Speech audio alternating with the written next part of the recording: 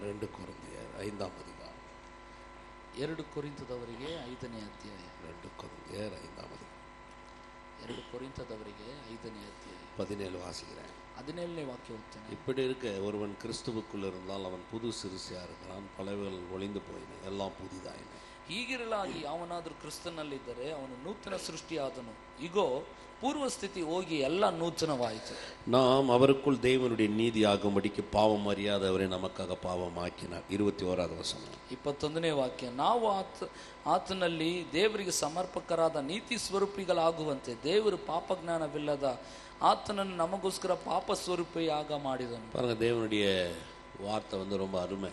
ನೋಡಿ, ದೇವರ ವಾಕ್ಯ ಬಹಳನೇ ಸುಂದರ. எப்படி நம்மளை நீதிமானா நிற்க வைத்திருக்கிறான்றத காமிக்க, ಹೇಗೆ ನಮ್ಮನ್ನು ನೀತಿವಂತರಾಗಿ ನಿಲ್ಲಿಸಿದಾನ ಅನ್ನೋದು ನೋಡ್ತಿದ್ದಾರೆ. தேவனுடைய நீதி வித்தியாசமானது. பாருங்க, ದೇವರ ನೀತಿ ಅನ್ನೋದು ಬಹಳ ವ್ಯತ್ಯಾಸ. அது மனுஷனுடைய நீதி மாதிரி கிடையாது. ಅದು ಮನುಷ್ಯನ ನೀತಿ ಅಂತೆ ಅಲ್ಲ. அதனாலதான் மனுஷனுடைய எந்த நீதியுமே கர்த்தர் கணக்கில் எடுக்கிறதே இல்லை. ಆದ್ರಿಂದಲೇ ಮನುಷ್ಯನ ಯಾವುದೇ ನೀತಿನ ದೇವರ ಲೆಕ್ಕಕ್ಕೆ ತೆಗೆದುಕೊಳ್ಳಲ್ಲ, கொண்டு வரதே கிடையாது. ಅದನ್ನ ತರೋದೇ ಇಲ್ಲ. அதனாலதான் தேவனுடைய நீதியை வச்சுதான் மனுஷன் மேல ஒரு கிருபை பாராட்டுகிறார். ದೇವರ ನೀತಿಯನ್ನು ಇಟ್ಟೆ ಮನುಷ್ಯನ ಮೇಲೆ ಒಂದು ಕೃಪೆ ತೋರಿಸ್ತಾರೆ. அதனாலதான் ரோமர் 5ನೇ அதிகாரம் 17வது வசனத்தை வாசிங்கன்னா, ಆದ್ರಿಂದ ರೋಮಾಪುರದವರಿಗೆ 5ನೇ ಅಧ್ಯಾಯ 17ನೇ ವಾಕ್ಯ ಓದಿದ್ರೆ, நீதியாகி ஈவின் பரிಪೂರ್ಣத்தை பெறுகிறவர்களே வருதாங்க. ನೀತಿ ಎಂಬಂತ ಒಂದು ಪರಿಪೂರ್ಣತೆಯನ್ನು ಹೊಂದುವವರು ಅಂತಾನೆ ಬರ್ತದೆ. பாருங்க, அப்ப தேவனுடைய நீதி என்றது நம்ம வாழ்க்கையில இந்த ஆவிக்குரிய ஸ்தானத்தில் நம்ம நிக்க வைக்கக்கூடிய ஒரு ಧೈರ್ಯತೆ ನಮಗೆ ತರುகிறது. ದೇವರ ನೀತಿ ಅನ್ನೋದು ನಾವು ಆತ್ಮಿಕ ಜೀವನದಲ್ಲಿ ಆತನ ಸನ್ನಿಧಿಯಲ್ಲಿ ನಿಲ್ಲಲಿಕ್ಕೆ ಧೈರ್ಯವನ್ನು ತರ್ತಾರೆ. அதனாலதான் நம்ம உலகத்தையே படைத்த தேவனை பார்த்து அப்பான்னு கூப்பிடுறோம். ಆದ್ರಿಂದಲೇ ಲೋಕವನ್ನೇ ಉಂಟು ಮಾಡಿದ ದೇವರನ್ನು ನೋಡಿ ನಾವು ಅಪ್ಪ ಅಂತ ಕರೀತೇವೆ. உலகத்துல யாருமே கடவுளை போய் அப்பான்லாம் கூப்பிட முடியாது. ಈ ಲೋಕದಲ್ಲಿ ಯಾರು ಹೋಗಿ ದೇವರನ್ನ ನೋಡಿ ಅಪ್ಪ ಅಂತ ಕರೀಲಿಕ್ಕೆ மனுஷனுக்குள்ளாக கடவுள்கிட்ட நெருங்கவே முடியாத ஒரு பெரிய காரணம் இருக்கு. இந்த உலகத்துல மனுஷன் கடவுளை பார்த்தாவே ரொம்ப பயப்படுவான். அவன் கடவுளை பார்த்தாவே நெருங்க முடியாது இருப்பான். ಈ ಲೋಕದಲ್ಲಿ ಮನುಷ್ಯರು ನೋಡ್ರಿ ದೇವರಂತ ಹೇಳಿದ್ರೇನೆ ದೇವರನ್ನು ನೋಡ್ಲಿಕ್ಕೂ ಆತನ ಸಮೀಪಕ್ಕೆ ಬರ್ಲಿಕ್ಕೂ ಬಹಳ ಎದುರುತ್ತಾರೆ. ஆனா தேவனுடைய பெரிய ஈவே என்னன்னா மனுஷனை தான் கிட்ட கொண்டு வரணும். ಆದ್ರೆ ದೇವರ ಒಂದು ದೊಡ್ಡ ಒಂದು ಭಾಗ್ಯ ಏನಂದ್ರೆ ಮನುಷ್ಯನನ್ನು ತನ್ನ ಬಳಿ ಕರ್ಕೊಂಡು ಬರಬೇಕು. மனுஷன் அதனாலதான் அவர் தேடி வந்தார் பாருங்க. ಆದ್ರಿಂದಲೇ ಸ್ವತಃ ಆತನೇ ಹುಡುಕಿ ಬಂದ. ಯೇಸು இந்த பூமியில பிறகுறாருன்னே பரலோகமே தகைச்சிச்சு. அப்படியே ಯೇಸು ಭೂಮಿಯಲ್ಲಿ ಜನಿಸ್ತಾನ ಅಂತ ಹೇಳಿದ ಇಡೀ ಪರಲೋಕನೇ ಬೆರಗಾಗ. தேவ தூதரெல்லாம் யோசிக்கிறான், எப்படி இது நடக்கும், எப்படி இது சாத்தியம், கடவுள் மனுஷன் கிட்ட போறாரா அப்படி. ದೇವರ ದೂತರೆಲ್ಲ ಯೋಚಿಸ್ತಾ ಇದ್ದಾರೆ, ಇದೆಲ್ಲ ಹೇಗೆ ಸಾಧ್ಯ, ಇದೆಲ್ಲ ದೇವರು ಹೋಗಿ ಮನುಷ್ಯನ ಹತ್ರ ಹೋಗ್ತಾನ. அப்ப மனுஷன் கிட்ட கடவுள் இறங்கி வரது தேவனை விரும்புகிறார் பாருங்க. ಮನುಷ್ಯನ ಬಳಿಗೆ ಬರ್ಲಿಕ್ಕಾಗಿ ದೇವರೇ ಸ್ವತಃ ಬಯಸ್ತಾನೆ. அதுக்கு தன் சொந்த குமார் நினைச்சு வச்சார் போயிட்டு வரணும். ಅದಕ್ಕೋಸ್ಕರ ತನ್ನ ಸ್ವಂತ ಮಗನನ್ನು ಕಳಿಸಿಕೊಟ್ಟ. அவர் இங்க இந்த பூமியில இறங்கி வரும் பொழுது பெரிய காரியங்களை மனுஷனுக்காக செய்யறது ஒரே காரியம் என்னன்னு பாத்தீங்கன்னா அவருடைய நீதியை மனுஷனுக்கு கொடுக்கணும். அதான் அவருடைய நோக்கமே. ಆತನು ಇಳಿದು ಬಂದಂತ ಒಂದು ದೊಡ್ಡ ಉದ್ದೇಶಗಳಲ್ಲಿ ಒಂದೇನಂದ್ರೆ ತನ್ನ ನೀತಿಯನ್ನು ಮನುಷ್ಯನಿಗೆ ಕೊಡಬೇಕು. அதனாலதான் பாருங்க, நீங்க பழைய உடன்படிக்கை வாசிங்கன்னா ரொம்ப வித்தியாசமா இருக்கும். ಆದ್ರಿಂದಲೇ ಹಳೆ ಒಡಂಬಡಿಕೆ ನೀವು ಓದಿ ನೋಡಿದ್ರೆ ಬಹಳ ವ್ಯತ್ಯಾಸವಾಗಿರುತ್ತೆ. சாதாரண நீங்க அவங்க தேவனத்தில் நெருங்க முடியாது. யெகோவான்ற வார்த்தையை கூட பயன்படுத்த மாட்டாங்க யூதர்கள். ಹಳೆ ಒಡಂಬಡಿಕೆಯಲ್ಲಿ ದೇವರ ಹತ್ರ ಅವರು ಸಮೀಪಕ್ಕೆ ಬರ್ಲಿಕ್ಕೆ ಎದುರುತ್ತಿದ್ರು. ಇನ್ನೊಂದೇನಂದ್ರೆ ಅವರು ಯಹೂದಿಯರು ದೇವರನ್ನು ಯೆಹೋವಾ ಎಂಬುದಾಗಿ ತಮ್ಮ ಬಾಯಿಂದಲೂ ಉಚ್ಚರಿಸ್ತಿದ್ದಿಲ್ಲ. பேசும்போது பயப்படும், யெகோவான்ற வார்த்தையை பயன்படுவாங்க. யெகோவான் நீங்கனாவே இப்போ நீங்க போய் யூதர் கூட யெகோவான் நீங்கனா உங்களை பட்டன அடிச்சிருவாங்க. அந்த வார்த்தையை சொல்ல முடியாது. ஏன்னா அவ்வளவு ஒரு பரிசுத்தமுள்ள நாமம். ಇವತ್ತಿಗೂ ಸಹ ನೀವು ಯಹೂದರ ಬಳಿಯಲ್ಲಿ ಹೋಗಿ ಯೆಹೋವನು ಅಂತ ಹೇಳ್ಬಿಟ್ರೆ ನಿಮ್ಮನ್ನು ಹೊಡೆದು ಬಿಡ್ತಾನೆ. ಯಾಕೆಂದ್ರೆ ಅದನ್ನು ಮನುಷ್ಯನ ತನ್ನ ಬಾಯಿಂದಲೂ ಉಚ್ಚರಿಸಲಿಕ್ಕೆ ಅಸಾಧ್ಯ ಎಂಬುದಾಗಿ ಅವರು ಪರಿಶುದ್ಧವಾದ ನಾಮ ಎಂಬುದಾಗಿ ಭಾವಿಸ್ತಾರೆ. அப்படிதான் பயப்படுவாங்க பாருங்க. ಅಷ್ಟಾಗಿ ಅವರು ಹೆದರ್ತಾರೆ. சீனாய் மலை மேல கர்த்தர் இறங்குறாரு. ಸೀನಾಯಿ ಬೆಟ್ಟದ ಮೇಲೆ ದೇವರು ಬಂದು ಇಳಿತಾರೆ. எல்லாரும் காதை மூடிட்டாங்க. ಎಲ್ಲರೂ பெரிய இடி முழக்கம் கேக்குதாங்க. ಒಂದು ದೊಡ್ಡ ಸಿಡಿಲು ಉಂಟಾಗ್ತಿದೆ. கேட்டவனே சொல்றாங்க, இல்ல இல்ல கர்த்தர் எங்களோட பேச வேணாம், மோசே நீர் பேச, நாங்க கேக்குறோம், கர்த்தர் பேச வேணாம். ಜನರು ಹೇಳ್ತಾರೆ, ನಮ್ಮೊಂದಿಗೆ ದೇವರು ಮಾತಾಡಬಾರದು, ಮೋಶೆ ನಿನ್ನೊಂದಿಗೆ ಮಾತಾಡ್ಲಿ. ஏன்னா மனுஷன்கிட்ட நெருங்கணும்னு நினைக்கிறாரு. மனுஷனோட அவன் நெருங்க முடியல. ஏன்னா அவன் நீதி எந்த வகையிலுமே அவனால நிலை நிற்க முடியல. ದೇವರು ಮನುಷ್ಯನ ಸಮೀಪಕ್ಕೆ ಬರ್ಬೇಕಂತ ನೆನೆಸಿದ್ರು ಮನುಷ್ಯನು ದೇವರ ಸಮೀಪಕ್ಕೆ ಹೋಗ್ಲಿಕ್ಕೆ ಬಯಸ್ತಿಲ್ಲ. ಕಾರಣ ತನ್ನ ನೀತಿ ಯಾವುದೇ ರೀತಿಯಲ್ಲಿ ದೇವರ ಸನ್ನಿಧಿಗೆ ಹೋಗ್ಲಿಕ್ಕೆ ಬಿಡ್ತಿಲ್ಲ. அதனாலதான் மனுஷன் கதற ஆரம்பிச்சிட்டான். கடவுளை பார்க்க கஷ்டம், அவருடைய வார்த்தையை கேட்க கஷ்டம். அதனாலதான் ஒரு பிரதிநிதி ஏற்படுத்தினார், தீர்க்கதரிசிகளை ஏற்படுத்தினார், மோசே யோசுவா இவங்களெல்லாம் அப்படிதான் ஏற்படுத்தினார். நியாயாதிபதிகளை வாத்தினா ஒரு தலைவர்களை ஏற்படுத்தினார். ಆದ್ರಿಂದಲೇ ಮನುಷ್ಯನ ಅಂಗಲಾಚಿಗಳಿಗೆ ಪ್ರಾರಂಭಿಸಿದ ದೇವರ ಸಮೀಪಕ್ಕೆ ಹೋಗ್ಲಿಕ್ಕೆ ಆತನ ವಾಕ್ಯಗಳು ಹೊಂದಿಕೊಳ್ಳಿಕ್ಕೆ ಆಗದೆ ಪರಿತಪಿಸ್ತಿರುವಾಗಲೇ ದೇವರು ಅನೇಕ ನಾಯಕರುಗಳನ್ನ ಎಬ್ಬಿಸಿದ. ಮೋಶೆ, ಯೆಹೋಶುವ ಎಂಬಂತ ಆತ್ಮಿಕ ನಾಯಕರುಗಳನ್ನ ಎಬ್ಬಿಸಿದ. மனுஷன் நெருங்க முடியல. ಯಾಕಂದ್ರೆ ಮನುಷ್ಯನು ದೇವರ ಸಮೀಪಕ್ಕೆ ಬರ್ಲಿಕ್ಕೆ ಆಗಲ್ಲ. பரலோகத்துல காண்கிறபடியே ஒரு கூடாரத்தை போடுன்னு சொல்லி மோசேக்கு ஒரு பெரிய தரிசனத்தை கொடுத்தார். நீ காண்கிறபடி செய், அதை எப்படி செய்யணும்னு ಅವರೇ ಕಾಟ್றாரு ಅವನು. ಅದಕ್ಕೋಸ್ಕರನೇ ದೇವರು ಪರಲೋಕದಲ್ಲಿ ಇರುವ ಹಾಗೇನೆ ಮೋಶೆಗೆ ಒಂದು ಚಿತ್ರವನ್ನು ತೋರಿಸ್ತಿದ್ದಾನೆ. ಇದರಂತೆ ಈ ರೀತಿನೇ ನೀನು ಒಂದು ದೇವದರ್ಶನ ಗೂಡಾರ ಮಾಡಬೇಕು. கூடாரத்தை போட்டதுக்கு காரணம் என்னன்றீ? ಆ ಗೂಡಾರ ಮಾಡ್ಲಿಕ್ಕೆ ಕಾರಣ ಏನು? அந்த ஜனங்க மத்தியில அவர் வாசமா இருக்கணும், அதான் அவர் ஆசை. ಜನರ ಮಧ್ಯದಲ್ಲಿ ಆತನ ವಾಸ ಮಾಡಬೇಕಾದ್ರೆ அந்த ஷக்கீனா மகிமை அந்த கூடாரத்து மேல இறங்கும் போது அந்த கூடாரத்தை சுத்தின இருக்கிற ஜனங்க கர்த்தர் இறங்கிட்டான்னு ஒரு மகிழ்ச்சி இருக்கும் பாருங்க. ಆ ಶಕೀನ ಮಹಿಮೆ ಗೂಡಾರದ ಮೇಲೆ ಇಳಿದಿದೆ. ಸುತ್ತಲಿರುವ ಜನರಿಗೆ ಒಂದು ಸಂತೋಷ, ದೇವರು ನಮ್ಮ ಮಧ್ಯದಲ್ಲಿ ಇಳಿದಿದ್ದಾನೆ. ಎಲ್ಲೆಲ್ಲ ಪ್ರಯಾಣ பண்ணிட்டு போறாங்க, அந்த கூடாரத்தை தூக்கிட்டு போனவங்க ಅವರು ಎಲ್ಲೆಲ್ಲ ಪ್ರಯಾಣ ಮಾಡಿ ಹೋಗ್ತಿರ್ತಾರ, ಗೂಡಾರನ ಎತ್ಕೊಂಡವ್ರು ಹೋಗ್ಬೇಕು. கூடாரம் இருக்கிற இடத்துல அந்த மகா பரிசுத்த ஸ்தலத்துல ஒரு கிருபாசனம் இருக்கும், ஒரு உடன்படிக்கை பெட்டி அதுக்குள்ள வைக்கப்பட்டிருக்கும். அந்த உடன்படிக்கை பெட்டியின் மேல தேவ மகிமை வந்து இறங்கும் பாருங்க. ದೇವದರ್ಶನ ಗೂಡಾರದಲ್ಲಿ ಮಹಾಪರಿಶುದ್ಧ ಸ್ಥಳ ಅಂತ ಒಂದು ಸ್ಥಳ ಇದೆ. ಆ ಸ್ಥಳದಲ್ಲಿ ಕೃಪಾಸನ ಎಂಬ ದೇವರ ಮಂಜೂಷ ಇದೆ.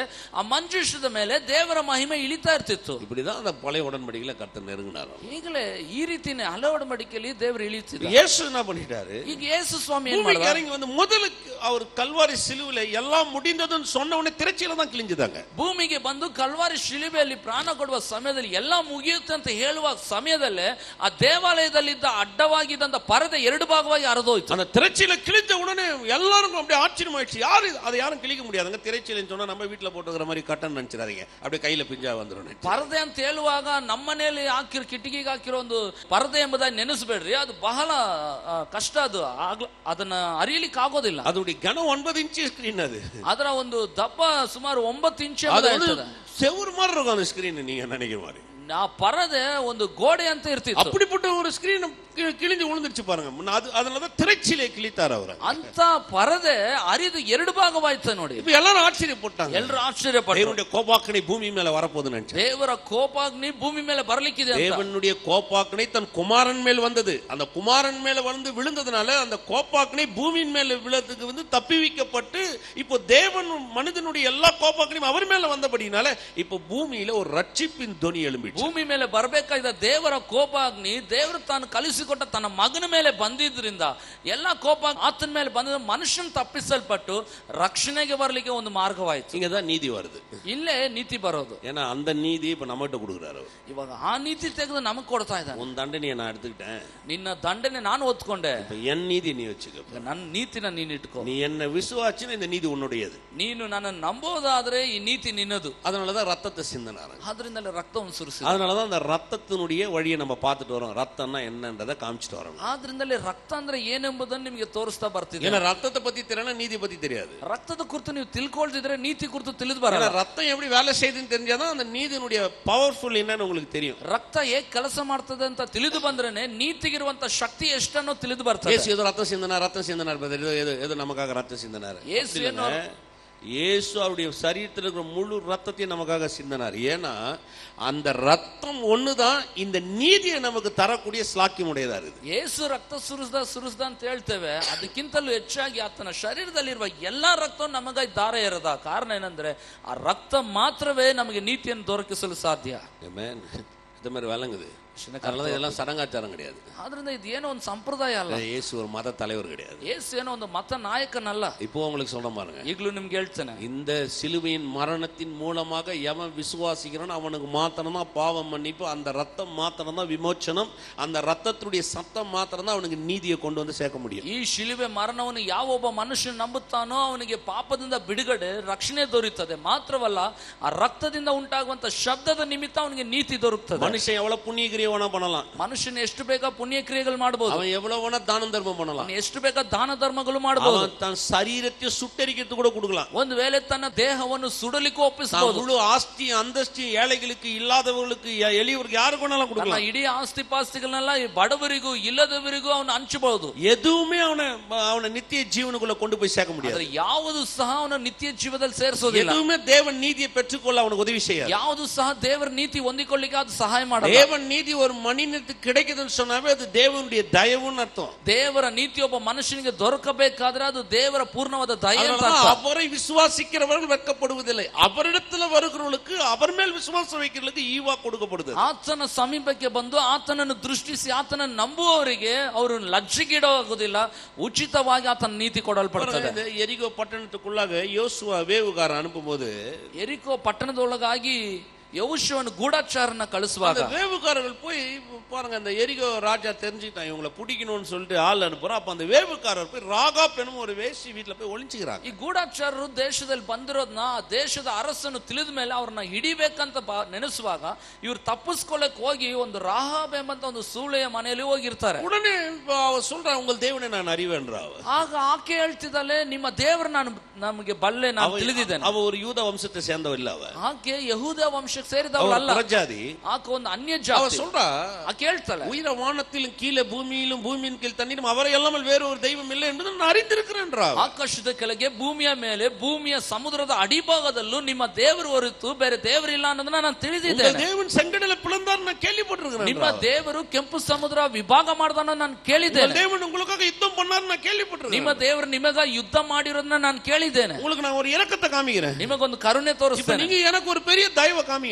ಆದ್ರೆ ನೀವು ನನಗೊಂದು ದೊಡ್ಡ ದಯೆ ತೋರಿಸಬೇಕು. இந்த எரிகோ பட்டணம் அழிக்கப்படும் என்ற நிச்சயம் எனக்கு தெரியும். ಎರಿಕೋ ಪಟ್ಟಣ ನಾಶವಾಗ್ತದೆ ಮತ್ತು ನಿಶ್ಚಯ ನನಗಿದೆ. நானும் காக்கப்படுவதற்காக எனக்கு ஒரு பெரிய வாக்குத்தத்தம் கொடுங்க. ಆದ್ರೆ ನಾನು ತಪ್ಪಿಸಿಕೊಳ್ಳಿಕ್ಕೆ ನನಗೊಂದು ದೊಡ್ಡ ವಾಗ್ದಾನ ಕೊಡ್ರಿ. என்ன கொடுத்தாங்க நினைக்கிறீங்க? ಏನ್ ಕೊಟ್ರು ಅವರು? பாத்தீங்கன்னா ஒரு கயிறு இருக்கும், அந்த சிகப்பு கயிறு எடுத்து அவ கையில கொடுத்துருவாங்க. ಇವ್ರು ಏನ್ ಮಾಡ್ತಾರೆ, ಅವರ ಒಂದು ಕೆಂಪು ದಾರವನ್ನು ತೆಗೆದು ಆಕೆ ಕೊಡ್ತಾರೆ. சிகப்பு கயிறை ஜன்னல்ல கட்டிவே. ಈ ಕೆಂಪು ದಾರನ ತೆಗೆದು ಕಿಟಿಕಿಯಲ್ಲಿ ಕಟ್ಟಿಡು. நாங்க எரிகோக்குள்ள வருவோம், ನಾವು ಎರಿಕೋ ಪಟ್ಟಣದೊಳಗೆ ಬರ್ತೇವೆ. இந்த கயிறு, இந்த சிகப்பு கயிறு இந்த ஜன்னல்ல இருந்துச்சுன்னா மாத்திரம் தான் நீ காக்கப்படுவே, அப்பதான் நாங்க கொடுக்குற இந்த சத்தியம் உனக்கு வாய்க்கும் அப்படின்னுவாங்க. ನೀ ಕೆಂಪು ದಾರ ಈ ಕಿಟಿಕಿಯಲ್ಲಿ ಕಟ್ಟಿರಬೇಕು. ಆ ರೀತಿ ಕಟ್ಟಿರುವುದಾದ್ರೆ ಮಾತ್ರ ನಾವು ನಿನಗೆ ಮಾಡಿರುವ ಪ್ರಮಾಣದಲ್ಲಿ ನಂಬಿಗಸ್ತರಾಗಿರ್ತೇವೆ. அதே மாதிரி உள்ள வராங்க பாருங்க, ಅದೇ ರೀತಿ ಒಳಗ್ ಬರ್ತಾರೆ. உள்ள வந்த உடனே யுத்தம் நடக்குது. இப்ப அப்படியே ಒಳಗೆ ಬಂದಿದೆ, ಒಂದು ಯುದ್ಧ ನಡೀತದೆ. எரிகோ ஆட்கள் எதிர்க்கிறாங்க, ಎರಿಕೋ ಜನರು ವಿರೋಧವಾಗಿ ಬರ್ತಾರೆ, உண்டாகுது, ಒಂದು ಕೂಗಾಟ ಉಂಟಾಗ್ತದೆ. அப்படியே நிறைய ஜனங்க மடிறாங்க, அப்படி அந்த கத்திக்கு இரையாவறாங்க. ತುಂಬಾ ಜನರು ಖಡ್ಗಕ್ಕೆ ಈಡಾಗಿ ಗತಿಸಿ ಹೋಗ್ತಿದ್ದಾರೆ. தீக்கரைகள் இழுக்கப்படுது, ಒಂದು ಬೆಂಕಿಗೆ ಆಹುತಿ ಆಗ್ತಿದೆ. யோசுவா அந்த ரெண்டு பேரும் அனுப்புறான், ಯೆಹೋಶುವನು ಇಬ್ಬರನ್ನ ಕಳಿಸ್ದ, நீங்க போய் அந்த பெண்மணியை காப்பாத்தி கொண்டு வாங்க. ಆತನು ಹೇಳ್ತಾನೆ, ನೀವು ಹೋಗಿ ಆ ಸ್ತ್ರೀಯನ್ನು ಅವರ ಕುಟುಂಬದವರು ಕರೆತನ್ರಿ. எந்த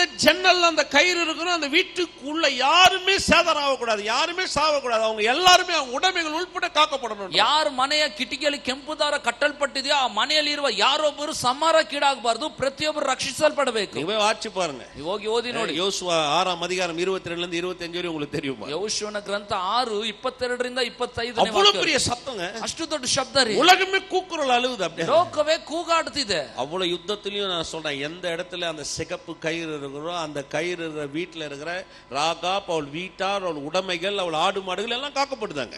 ಅಷ್ಟು ಕೂಗಾಟ ಶಬ್ದದ ಯುದ್ಧದ ಮಧ್ಯದಲ್ಲಿಯೂ ಯಾರ ಕಿಟಕಿಗೆ ಕೆಂಪು ದಾರ ಕಟ್ಟಲ್ಪಟ್ಟಿದ ಆ ಮನೆಯ ರಾಹಾಬಲು, ಆಕೆ ಕುಟುಂಬಸ್ಥರು, ಆಕೆಗಿದ್ದಂತ ಆಸ್ತಿಪಾಸ್ತಿ ಎಲ್ಲವೂ ಕಾಪಾಡಲ್ಪಟ್ಟಿದೆ. இன்னைக்கு நான் உங்களுக்கு சொல்றேன், ಇವತ್ತು ನಿಮ್ಗೆ இந்த உலகத்துல 1000 பிரச்சனைகள் இருக்கலாம், ಲೋಕದಲ್ಲಿ ಸಾವಿರಾರು ಸಮಸ್ಯೆಗಳು இருக்கலாம், ಬರಡುತನ கொள்ளை நோய்கள் இருக்கலாம், ಕ್ರೂರವಾದ ರೋಗಗಳು ಇರಬಹುದು, தரித்திரம் இருக்கலாம், ಬಡತನ தோல்விகள் இருக்கலாம், ಸೋಲು ತುಂಬಿರಬಹುದು, விபத்துகள் இருக்கலாம், ಆಪತ್ತುಗಳು ಇರಬಹುದು, அகோரங்கள் இருக்கலாம், ಅಘೋರಕ್ಕೆ இருக்கலாம், ಏನ್ ಬೇಕಾದ್ರೂ ಇರಬಹುದು. எந்த மனுஷன் இயேசு கிறிஸ்துவை விசுவாசிக்கிறானோ அவன் குடும்பம் மாத்திரம் தான் அங்க காக்கப்படுது. ಯಾವ ಮನುಷ್ಯನ ಯೇಸು ಕ್ರಿಸ್ತನನ್ನು ನಂಬುತ್ತಾನೋ ಅವನ ಕುಟುಂಬ ಮಾತ್ರ ಸಂರಕ್ಷಿಸಲ್ಪಡುತ್ತದೆ. அவனுக்கு மாத்திரம் தான் அங்க நிச்சயம், ಅವನಿಗೆ ಮಾತ್ರ ನಿಶ್ಚಯ, அவனுக்கு மாத்திரம் தான் அங்கீகாரம், ಅವನಿಗೆ ಮಾತ್ರನೇ ಅಂಗೀಕರಿಸುವಿಕೆ. ரத்தத்துக்கு பரலோகம் ஒரு பெரிய மரியாதை கொடுக்குது பாருங்க, இயேசுவின் ரத்தத்துக்கு. ಕಾರಣ ಯೇಸುವಿನ ರಕ್ತಕ್ಕೆ ಪರಲೋಕ ಒಂದು ದೊಡ್ಡ ಗೌರವವನ್ನು ಕೊಡುತ್ತದೆ. பேதுரு சொல்லும் பொழுது அந்த ரத்தம் சொல்லுங்க, விலையேறப்பட்ட ரத்தம். நீங்கள் விலையேறப்பட்ட ரத்தத்தினால, விலையேறப்பட்ட ரத்தம் சொன்னா எந்த விலை கொடுத்து வாங்க முடியாத ஒரு ரத்தத்தினால் நீங்க மீட்கப்பட்டிருக்கிறீர்கள். ಆದ್ರಿಂದ ಇದ್ರ ಕುರಿತು ಪೇತ್ರನ್ ಮಾತಾಡುವಾಗ ಹೇಳ್ತಾನೆ, ಅಮೂಲ್ಯ ರಕ್ತದಿಂದ ನೀವು ತೊಳೆಯಲ್ಪಟ್ಟಿದ್ದೀರಿ ಅಂತ ಹೇಳುವಾಗ, ಅಮೂಲ್ಯ ಅಂತ ಹೇಳುವಾಗ ಅದನ್ನು ಯಾರು ಎಷ್ಟು ಹಣ ಕೊಟ್ಟು ಕೊಂಡುಕೊಳ್ಳಿಕ್ಕಾಗಲ್ಲ. அவ்வளவு பெரிய காரியம் நடக்குது, ಅಷ್ಟು ದೊಡ್ಡ ಕಾರ್ಯ ನಡೀತದೆ. இன்னைக்கு இன்னும் எனக்கு சில காரியத்தை காமிக்கிறேன். ಈ ದಿವಸ ಇನ್ನು ಕಾರ್ಯಗಳು ತೋರಿಸ್ತಾರೆ. இந்த ரத்தத்தினால மீட்பு இருக்குது, ರಕ್ತದಿಂದ ವಿಮೋಚನೆ ಇದೆ, இந்த ரத்தத்தினால பாவ மன்னிப்பு இருக்கு, ಈ ರಕ್ತದಿಂದ ಪಾಪ ಕ್ಷಮಾಪಣೆ ಇದೆ, இந்த ரத்தத்தினால சுத்திகரிப்பு இருக்கு, ಈ ರಕ್ತದಿಂದ ಶುದ್ಧೀಕರಣ ಇದೆ. இது மூணுமே இதுல இருக்குது பாருங்க. ಇದು ಮೂರು ಇದರಲ್ಲಿ ಇದೆ பாருங்க, ஒன்னு மீட்பு, ಒಂದು ವಿಮೋಚನೆ, இரண்டாவது பாவ மன்னிப்பு, ಪಾಪ ಕ್ಷಮಾಪಣೆ, மூணாவது சுத்திகரிப்பு, ಮೂರನೇ ಶುದ್ಧೀಕರಣ. இந்த மூணுமே நம்ம வாழ்க்கையில மிக முக்கியம். ಈ ಮೂರು ನಮ್ಮ ಜೀವನದಲ್ಲಿ ಬಹಳ ಮುಖ್ಯ. வாசிக்கலாம் பாருங்க, எபேசியர் ಬನ್ನಿ ಎಫೆಸದವರಿಗೆ 1:7 7ನೇ ವಾಕ್ಯವನ್ನು ಓದ್ತೇನೆ. அவருடைய கிருபையின் ஐஸ்வரியத்தின்படியே இவருடைய ரத்தத்தினாலே பாவ மன்னிப்பாகிய மீட்பு இவருக்குள் நமக்கு உண்டாயிருக்கிறது. ಈತನು ನಮಗೋಸ್ಕರ ತನ್ನ ರಕ್ತವನ್ನು ಸುರಿಸಿದ್ರಿಂದ ನಮ್ಮ ಅಪರಾಧಗಳು ಪರಿಹಾರವಾಗಿ ನಮಗೆ ಬಿಡುಗಡೆಯಾಯಿತು. ಇದು ದೇವರ ಕೃಪಾತಿಶಯವೇ. இந்த மீட்புன்னு சொல்றோம் இல்லைங்களா, மீட்கப்படணும் சொல்றோம் இல்லைங்களா, ಈ ಬಿಡುಗಡೆ ಅಥವಾ ಒಂದು ವಿಮೋಚನೆ ಹೊಂದಬೇಕಂತ ಹೇಳ್ತೇವಲ್ಲ, மீட்கணும்னு சொன்னாவே அதுக்கு ஒரு விலைகரியம் கொடுக்கணும்னு அர்த்தம். ಬಿಡುಗಡೆ ಅಂತ ಹೇಳುವಾಗಲೇ ಅದಕ್ಕೊಂದು ಬೆಲೆ ಕ್ರಯ ಕೊಡಬೇಕು. விலைகரியம் இல்லாம மீட்க முடியாது. ಬೆಲೆ ಕ್ರಯ ಇಲ್ಲದೆ ಬಿಡಿಸಲು ಸಾಧ್ಯವಿಲ್ಲ. நீங்க கூட ஒரு பொருளை போய் அடமானம் வச்சிருக்கீங்க, ನೀವು ಒಂದು ವಸ್ತುನ ಮೀಸಲಾಗಿ ಇಡ್ತೀರಾ ಅಂತ ಇಟ್ಕೊಳ್ಳಿ. நீங்க அடமானம் வச்சீங்கன்னா அந்த பொருளை மீட்டு எடுக்கணும்னு சொன்னா அந்த பொருளுக்கு நீ எதுக்கு அடமானம் வச்சீங்களோ அதுக்கு ஒரு விலைகரியத்தை கொடுத்தாதான் மீட்டு எடுக்க முடியும். ಮೀಸಲಾಗಿ ಯಾವ ವಸ್ತುವನ್ನು ಇಟ್ಟರು ಅದನ್ನ ಮತ್ತೆ ನೀವು ಪಡ್ಕೋಬೇಕಾದ್ರೆ ಅದಕ್ಕೆ ಬೆಲೆ ಕ್ರಯ ಕೊಟ್ರೇನೆ ಪಡ್ಕೊಳ್ಳಿಕ್ಕೆ ಆಗೋದು. இல்லைன்னா இன்னைக்கு நிறைய விஷயம் புரியும் பாருங்க. ஒரு பேங்க்ல லோன் எடுத்துறீங்கன்னு வைங்களேன், ಅಥವಾ ಈ ವಿಷಯ ಅರ್ಥ ಆಗ್ತದೆ. ಒಂದು ಬ್ಯಾಂಕ್ ಅಲ್ಲಿ ನೀವು ಲೋನ್ ತೆಗೆದುಕೊಳ್ತೀರಾ, மேல ஒரு லோன் வாங்குறீங்க, ಮನೆ ಮೇಲೆ ಒಂದು ಲೋನ್ ಪಡಿತೀರಾ. அந்த லோன் உங்களால ஒரு 5 வருஷம் கட்ட முடியல, ಆ ಲೋನ್ ಒಂದು 5 ವರ್ಷಗಳ ಕಾಲ ನಿಮ್ಮಿಂದ நீங்க அவன்கிட்ட போனீங்கன்னா ನೀವು ಅವ್ರ ಹತ್ರ ಹೋದ್ರೆ நீங்க கட்ட வேண்டிய பணம், ನೀವು ಕಟ್ಟಬೇಕಾದ 5 வருஷத்துக்கு வட்டி, 5 ವರ್ಷಕ್ಕೆ ಬಡ್ಡಿ, அந்த வட்டிக்கு வட்டி, ಆ ಬಡ್ಡಿಗೆ ಬಡ್ಡಿ, அந்த வட்டிக்கு இன்னொரு வட்டி, ಆ ಬಡ್ಡಿಗೆ ಇನ್ನೊಂದು ಬಡ್ಡಿ. பாத்தீங்கன்னா அது ரொம்ப பெருசா இருக்கும். நீங்க வாங்கின பணத்தை விட அந்த வட்டி ரொம்ப அதிகமா இருக்கும். ನೀವು ಪಡಕೊಂಡ ಹಣಕ್ಕಿಂತಲೂ ಆ ಬಡ್ಡಿಯ ಒಂದು ಶೇಕಡ ಇನ್ನೂ ಹೆಚ್ಚಾಗಿರುತ್ತೆ. நீங்க இல்லன்னு சொல்லவே முடியாது. ನೀವು ಇಲ್ಲ ಅಂತ ಹೇಳಲಿಕ್ಕೆ ಆಗಲ್ಲ. நீங்க வாங்கும் போதே உங்ககிட்ட ஒரு கிட்டத்தட்ட ஒரு 100 கையெழுத்து வாங்கிட்டு இருப்பாங்க. ನೀವು ಹಣ ಪಡ್ಕೊಳ್ಳುವಾಗಲೇ ಹತ್ತತ್ರ ಒಂದು 100 ಸಹಿ ಹಾಕೊಂಡಿರ್ತಾನೆ. இந்த பக்கம் போடு, இந்த பக்கம் போடு, இந்த பக்கம் போடு, அந்த பக்கம் போடு, நோட்டை திருப்புவான், இந்த பக்கம் காட்டுவான். நமக்கே விளங்க அது எதுக்குடா இவ்வளவு கையெழுத்து வாங்குறானே. ಈ ಕಡೆ ಹಾಕ್ರಿ, ಆ ಕಡೆ ಹಾಕ್ರಿ, ಮೇಲೆ ಹಾಕ್ರಿ, ನೋಟ್ ತಿರುಗಿಸ್ತಾನೆ, ಇಲ್ಲ ಹಾಕ್ರಿ ಅಂತ ಯಾಕೆ ಇಷ್ಟೊಂದು ಅಂತ ನಮಗೆ ಗೊತ್ತಾಗಲ್ಲ. ಯಾರಿಗೂ அந்த அனுபவமே இல்லையா? ಯಾರಿಗೂ ಅನುಭವ ಇಲ್ವಾ? பாக்கியவான் ಇವೆಲ್ಲ ಧನ್ಯರು. போய் வாங்கிப்பா. எதுக்கு வாங்குறானே நமக்கு விளங்காது. ಯಾಕೆ ಅವನು ಅಷ್ಟು ಸಹಿ ಪಡ್ಕೊಳ್ತಾನೆ ಅನ್ನೋದೇ ಗೊತ್ತಾಗಲ್ಲ. அவன் பக்கம் வாங்கிடுவான். நீங்க எந்த வகையில எஸ்கேப் ஆக முடியாது. ನೀವು ಯಾವುದೇ ರೀತಿಯಲ್ಲಿ ತಪ್ಪಿಸ್ಕೊಳ್ಳಕ್ಕಾಗಲ್ಲ, ಅಷ್ಟರ ಮಟ್ಟಿಗೆ ಅವನು ಪಡ್ಕೊಂಡಿರ್ತಾನೆ. இப்போ ஒரு ஆதாம் நம்ம வாழ்க்கையில பாவத்தை செஞ்சதுனால மனுக்குலம் முழுவதும் நம்ம வாழ்க்கை முழுவதும் அடமானத்துல போயிடுச்சாங்க. ಒಬ್ಬ ಆದಾಮನು ಪಾಪ ಮಾಡಿದ್ರಿಂದ ಇಡೀ ಮಾನವ ಕುಲನೇ ಒಂದು ಮೀಸಲಾಗಿ ಇಡುವಿಕೆಯಲ್ಲಿ ಹೋಗ್ಬಿಡ್ತು. இது மீட்கப்படணும். ಈಗ ಅದರಿಂದ ಬಿಡುಗಡೆ ಹೊಂದಬೇಕು. இந்த மீட்புக்கு ஒரே விலகிரி எதுன்னு பாத்தீங்கன்னா அது ஆட்டின் ரத்தம் மாட்டின் ரத்தம் இல்ல, அதெல்லாம் இன்ஸ்டால்மெண்ட், வட்டி கட்டுற மாதிரி. ಈ ಬಿಡುಗಡೆ ಆಗ್ಲಿಕ್ಕೆ ಕುರಿ ರಕ್ತ, ಹೋತ ಹೋರಿಗಳ ರಕ್ತ ಬರೋದಿಲ್ಲ. ಕಾರಣ ಅದೆಲ್ಲ ಬಡ್ಡಿ ಕಟ್ಟೋ ರೀತಿಯಲ್ಲಿ. அதனாலதான் இஸ்ரவேல் ஜனங்க காலங்காலமா ஆட்டையும் மாட்டியும் வெட்டி வட்டி கட்டின்னு வந்தாங்க, செட்டில் பண்ணின்னு வந்தாங்க. அவ்வளவுதான், ஏதோ பையனால முடியுது, ஏதோ கட்டின்னு வரோம். ಆದ್ರಿಂದ ಇಸ್ರಾಯೇಲ್ ಏನ್ ಮಾಡಿದ್ರು, ಕುರಿ ದನಗಳ ರಕ್ತವನ್ನು ಕೊಟ್ಟು ಈ ಬಡ್ಡಿಗಳನ್ನು ಪರಿಹರಿಸ್ತಾ ಇದ್ರು. ஆனா கிறிஸ்துவுடைய ரத்தம் மாத்திரம் தான் மீட்புக்கு விலைகிரியுமே. ஏன்னா பாவமே செய்யாத ஒருத்தருடைய ரத்தம் மாத்திரம் தான் பாவம் செய்த மனிதனுக்கு பரிகாரத்தை ஏற்படுத்த முடியும். ಕ್ರಿಸ್ತನ ರಕ್ತವೇ ಮನುಷ್ಯನ ಪಾಪಗೆ ಪೂರ್ತಿಯಾದ ಪರಿಹಾರ. ಕಾರಣ ಏನಂದ್ರೆ ಒಬ್ಬ ಪಾಪ ಮಾಡದೇ ಇರುವಂತ ಒಬ್ಬ ಮನುಷ್ಯನ ರಕ್ತನೇ ಪಾಪ ಮಾಡಿರುವ ಮನುಷ್ಯನ ರಕ್ತ ವಿಮೋಚನೆಗೆ ಕಾರಣವಾಗುತ್ತದೆ. கிறிஸ்து இயேசுவின் ரத்தம் மாத்திரம் மீட்புக்கு வழி, வேற வழியே கிடையாது. ಆದ್ರಿಂದ ಕ್ರಿಸ್ತ ಯೇಸುವಿನ ರಕ್ತ ಮಾತ್ರ ಬಿಡುಗಡೆಗೆ ಇರತಕ್ಕಂತ ಒಂದು ಹಾದಿ, ಬೇರೆ ಮಾರ್ಗ ಇಲ್ಲ. அதனால மனுஷன் என்ன நினைக்கிறான் தெரியுங்களா, தானம் தர்மம் பண்ணா தம் தலை காக்கணும்னு நினைக்கிறான். ಆದ್ರೆ ಮನುಷ್ಯನ ಏನ್ ನೆನೆಸ್ತಾನೆ, ದಾನ ಧರ್ಮಗಳು ಮಾಡಿದ್ರೆ ನಾವು ಕಾಪಾಡಲ್ಪಡಬಹುದು. தான தர்மம் உங்க தலை முடிய கூட காப்பாத்தாது. ದಾನ ಧರ್ಮ ನಿಮ್ಮ ತಲೆ ಅಲ್ಲ, ತಲೆ ಕೂದಲನ್ನು ಕಾಪಾಡೋದಿಲ್ಲ. ஏன்னா அதெல்லாம் தர்மம் பண்றீங்க, தர்மத்துக்கு பலன் கிடைக்குமே தவிர உங்க வாழ்க்கையில விமோச்சனத்தை ஏற்படும், உங்க தலையை காப்பாத்தாது. ದಾನ ಧರ್ಮ ಮಾಡೋದ್ರಿಂದ ನಿಮಗೆ ಒಂದು ವಿಮೋಚನೆ ಪರಿಹಾರ ಉಂಟಾಗಲ್ಲ, ನಿಮ್ಮ ತಲೆ ಕೂದಲು ಅದು ಎಣಿಕೆಯಲ್ಲಿ ಬರಲ್ಲ ನೋಡಿ. அதனாலதான் பாருங்க, நிறைய பேர் என்னன்னா அவங்க பண்ற தப்ப அவங்க என்ன நினைக்கிறாங்க, அவங்களே ஒரு காம்ப்ரமைஸ் பண்ணிக்கிறாங்க. ஏன்னா இப்ப 100 ரூபாய் தப்பு பண்ணா 30 ரூபாய் கடவுளுக்கு செட்டில் பண்ணிடலாம் நினைக்கிறாங்க ನೋಡ್ರಿ. ಆದ್ರೆ ಜನರು ತಾವು ಮಾಡೋ ತಪ್ಪಿಗೆ ತಾವೇ ಸಮಾಧಾನ ಪಡಿಸ್ಕೊಳ್ತಾರೆ. ಅಂತ ಹೇಳಿದ್ರೆ ಮಾಡೋ ಒಂದು 100 ತಪ್ಪಲ್ಲಿ 30ರಷ್ಟಾದ್ರೂ ದೇವ್ರು ಕೊಟ್ಬಿಡೋದು, கடவுளுடைய நீதின்னு நினைக்கிறாங்க. ಅದು ದೇವರ ನೀತಿ ಅಂತ இதனால நமக்கு ஒரு விமோச்சனம் உண்டாகும் நினைக்கிறாங்க. ಇದರಿಂದ ಒಂದು ವಿಮೋಚನೆ ಉಂಟಾಗ್ತದೆ ಅಂತ ನೆನೆಸ್ತಾರೆ. கிடையவே கிடையாது, ಸಾಧ್ಯವೇ ಇಲ್ಲ. ஒரு மனிதனுக்கு பாவத்திலிருந்து மீட்பை ஏற்படுத்தி தருவதற்கு எந்த தான தர்மங்களோ எந்த நற்கிரியைகளோ நீங்க செய்யற எந்த விதமான காரியமோ அது மீட்பை ஏற்படுத்தவே முடியாதுங்க. ಒಬ್ಬ ಮನುಷ್ಯನ್ ಮಾಡುವಂತ ದಾನ ಧರ್ಮಗಳು, ಪುಣ್ಯ ಕ್ರಿಯೆಗಳು, ಯಾವುದೋ ಕಾರ್ಯನೂ ಒಬ್ಬ ಮನುಷ್ಯನಿಗೆ ವಿಮೋಚನೆ ಉಂಟು ಮಾಡಕ್ಕೆ ಸಾಧ್ಯವೇ ಇಲ್ಲ. அதனாலதான் இயேசு இறங்கி வர வேண்டியதா இருந்தது. ಆದ್ರಿಂದಲೇ ಯೇಸು ಕ್ರಿಸ್ತನು ಇಳಿದು ಬರಬೇಕಾಯಿತು. போய் வாட்சி பாருங்க, ಓದಿ ನೋಡಿ. சாலமோன் தேவாலயத்தை கட்டி முடிச்ச உடனே பிரதிஷ்டை பண்ணும்போது லட்சக்கணக்கான பலிகளை செலுத்துறாங்க. ಸೊಲೊಮೋನನು ದೇವಾಲಯವನ್ನು ಕಟ್ಟಿ ಅದನ್ನು ಪ್ರತಿಷ್ಠಿಸುವಾಗ ಲಕ್ಷಾನುಗಟ್ಟಲೆ ಯಜ್ಞವನ್ನು ಅರ್ಪಿಸ್ತಾನೆ. லட்சக்கணக்கான பலிகள், ಲಕ್ಷಾನುಗಟ್ಟಲೆ ಯಜ್ಞಗಳು. வேத வல்லுநர் சொல்றாரு, ಸತ್ಯವೇದ ತಜ್ಞರು ಹೇಳ್ತಾರೆ, ಯೆರೂಸಲೇಮ್ முழுவதும் 2 அடிக்கு ரத்தமே ஓடி இருக்குன்றாரு. ಯೆರೂಸಲೇಮ್ ಪೂರ್ತಿಯಾಗಿ 2 வீதிகளில், தெருவுல ಬೀದಿಗಳಲ್ಲಿ ರಸ್ತೆಗಳಲ್ಲಿ 2 ಅಡಿ ಮೇಲೆ ಒಂದು ರಕ್ತದ ನದಿಯಂತೆ ಹರಿದಿರ್ತದೆ. அவ்வளவு பலியில செலுத்தினான். ಅಷ್ಟು ಯಜ್ಞಗಳನ್ನ ಅರ್ಪಿಸಿದ್ನಂತೆ. அப்படிப்பட்ட சாலமோன் சொல்றான், ಆ ರೀತಿಯಾದ ಸೊಲೊಮೋನ್ ಹೇಳ್ತಾನೆ, வானாதி வானங்களும் கொல்ல முடியாத கர்த்தர் இந்த ஆலயத்தில் வாசமா இருப்பாரோன்னு கேட்கிறான். ಆಕಾಶಗಳಿಗಿಂತಲೂ ಮಹೋನ್ನತನಾದ ದೇವರು, ಉನ್ನತದಲ್ಲಿ ವಾಸ ಮಾಡೋ ದೇವರು ಈ ಆಲಯದಲ್ಲಿ ವಾಸ ಮಾಡುತ್ತಾನ? ಆಗುತ್ತಾ? அப்பதான் வெளிச்சமே அவனுக்கு வருது போறான். ಆಗ್ಲೇ ಅವನಿಗೊಂದು ಬೆಳಕೆ ಉಂಟು. அதனாலதான் குமாரன் மூலமாக தான் மீட்பு. குமாரனுடைய ரத்தம் மாத்திரம் தான் பதில். அங்க ಮಗನ ರಕ್ತದಲ್ಲಿ ಮಾತ್ರ ವಿಮೋಚನೆ, ಮಗನ ರಕ್ತದಲ್ಲಿ ಮಾತ್ರ ಉತ್ತರ. இத யோபு கூட சொல்றாரு பாருங்க. ಇದನ್ನ ಯೋಬನ್ ಸಹ ಹೇಳ್ತಾನೆ. யோபு 33:24 வாங்களே. ಯೋಬನ ಗ್ರಂಥ 33:24. ஏன்னா யோபு ரொம்ப பிரச்சனையில போயிட்டாரு. ಯಾಕೆಂದ್ರೆ ಯೋಬನು ಅನೇಕ ಸಮಸ್ಯೆಗಳೊಳಗೆ. இப்ப யோபுக்கு ஒரு பெரிய மீட்பு வேணுங்க. ಈಗ ಯೋಬನಿಗೆ ಒಂದು ದೊಡ್ಡ ವಿಮೋಚನೆ ಬೇಕು. அந்த மீட்பு எங்கிருந்து வருதுன்றது அவரே சொல்றாரு பாருங்க. ಆ ವಿಮೋಚನೆ ಎಲ್ಲಿಂದ ಬರ್ತದೆ ಅನ್ನೋದು ಅವನೇ ಹೇಳ್ತಾನೆ. அவர் அவனுக்கு இறங்கி அவன் படுகுழியில் இறங்காதபடிக்கு நீர் அவனை ரட்சியும், மீட்கும் பொருளை நான் கண்டுபிடித்தேன் என்பார். அவர் தாங்க சொல்றாரு. அவரு ದೇವರು ಒಂದು ವೇಳೆ ಆ ಮನುಷ್ಯನಿಗೆ ಮೆಚ್ಚಿ ಈಡು ಸಿಕ್ಕಿತು, ಅಧೋಲೋಕಕ್ಕೆ ಇಳಿಯದಂತೆ ಇವನನ್ನು ರಕ್ಷಿಸು ಎಂದು ಅಪ್ಪನೆ ಕೊಟ್ಟರೆ அவர் அவனுக்கு இறங்குறாரா? ಆತನು ಅವನಿಗೆ ಇಳಿತಾನ. அவன் படுகுழியில் இறங்காதபடிக்கு அப்படின்னா அவன் வாழ்க்கை ஒரு நரகத்துக்கு போகாதபடிக்கு, ஒரு முடிவுக்கு போகாதபடிக்கு, படுகுழியில் இறங்காதபடிக்கு நீர் அவனை ரட்சியும். ಅಧೋಲೋಕಕ್ಕೆ ಇಳಿಯದಂತೆ ನೀನು ಅವನನ್ನು ರಕ್ಷಿಸು, மீட்கும் பொருளை நான் கண்டுபிடித்தேன் என்பார். யோபுவே, நீ பயப்படாத, உன்னை படுகுழியில விட போறது கிடையாது, உன்னை அங்கிருந்து வெளியில எடுக்கிறதுக்கு ஒரு மீட்கும் பொருளை நான் கண்டுபிடித்தேன் என்பாராம். அவர் சொல்றாராம், பதில் என்கிட்ட இருக்குதுன்னு சொல்றாராம். ಯೋಬನೇ, ನೀನು ಹೆದರಬೇಡ, ನೀನು ಒಂದು ಅಧೋಲೋಕದಲ್ಲಿ ಇಳಿಯದಂತೆ ನಿನಗೋಸ್ಕರ ಒಂದು ಈಡು ಸಿಕ್ಕಿದೆ ಎಂಬುದಾಗಿ ದೇವರು ಹೇಳ್ತಾನಂತೆ. ಸಂಗೀತ 137 வாங்களேன். ಕೀರ್ತನೆ 137ನೇ ವಾಕ್ಯ. ಸಂಗೀತಗಾರன் சொல்றான் பாருங்க. ಇಲ್ಲಿ ಕೀರ್ತನೆಗಾರನ ಹೇಳ್ತಾನೆ. நீங்க முழு வேதத்திலே இத பார்க்கலாங்க. ಇಡೀ ಸತ್ಯವೇದದಲ್ಲಿ ನೀವು ನೋಡಬಹುದು. இஸ்ரவேல் கர்த்தரை நம்பி இருப்பதாக, கர்த்தரிடத்தில் கிருபையும் அவரிடத்தில் திரளான மீட்பும் உண்டு. ಇಸ್ರಾಯೇಲೇ, ಯೆಹೋವನನ್ನು ಮುಂಗಾದಿರು, ಯೆಹೋವನು ಕೃಪಾ ಸಂಪನ್ನನು, ಪೂರ್ಣ ವಿಮೋಚನೆಯು ಆತನಿಂದಲೇ ದೊರಕುವುದು. சொல்றாரு, அவரிடத்தில் திரளான மீட்பு உண்டு, ಪೂರ್ಣ ವಿಮೋಚನೆಯು ಆತನಿಂದಲೇ ದೊರಕುವುದು. 8ல சொல்றாரு பாருங்க. அவர் இஸ்ரவேலை அதன் சகல அக்கிரமங்களிலிருந்து மீட்டுக் கொள்வார். ಆತನೇ ಇಸ್ರಾಯೇಲನ್ನು ಅದರ ಸಕಲ ಪಾಪಗಳಿಂದ ವಿಮೋಚಿಸುವನು. இப்ப இங்க ಸಂಗೀತಗಾರன் பேசும்போது மீட்கிறதுக்கு மனுஷங்கிட்ட ஒண்ணும் கிடையாதுங்க. ಇಲ್ಲಿ ಕೀರ್ತನೆಗಾರನು ಹೇಳುವಾಗ ವಿಮೋಚನೆ ಕೊಡ್ಲಿಕ್ಕೆ ಮನುಷ್ಯನಲ್ಲಿ ಏನೂ ಇಲ್ಲ. ಮನುಷ್ಯ அந்த மீட்பு கொடுக்கிறதுக்கு மனுஷ கையில ஒண்ணுமே கிடையாது. ಮನುಷ್ಯನು ವಿಮೋಚನೆ ಕೊಡ್ಲಿಕ್ಕೆ ಆತನ ಬಳಿ ಏನೂ ಇಲ್ಲ. அதனாலதான் அவன் என்ன சொன்னா, கர்த்தரை நம்பிருங்க. ಆದ್ರಿಂದ ಅವನು ಏನ್ ಹೇಳ್ತಾನೆ, ಯೆಹೋವನನ್ನು ನಂಬಿರಿ. கர்த்தரிடத்துல ஒரு கிருபை இருக்குது, ಯೆಹೋವನಲ್ಲಿ ಒಂದು ಕೃಪೆ ಇದೆ. அவர் என்ன பண்றாரு, திரளான மீட்பு அப்படின்னு சொன்னா எப்படி நம்மள மீட்டு எடுக்கணுமோ அது அவர் கையில இருக்குது, அவர் கையில உண்டு.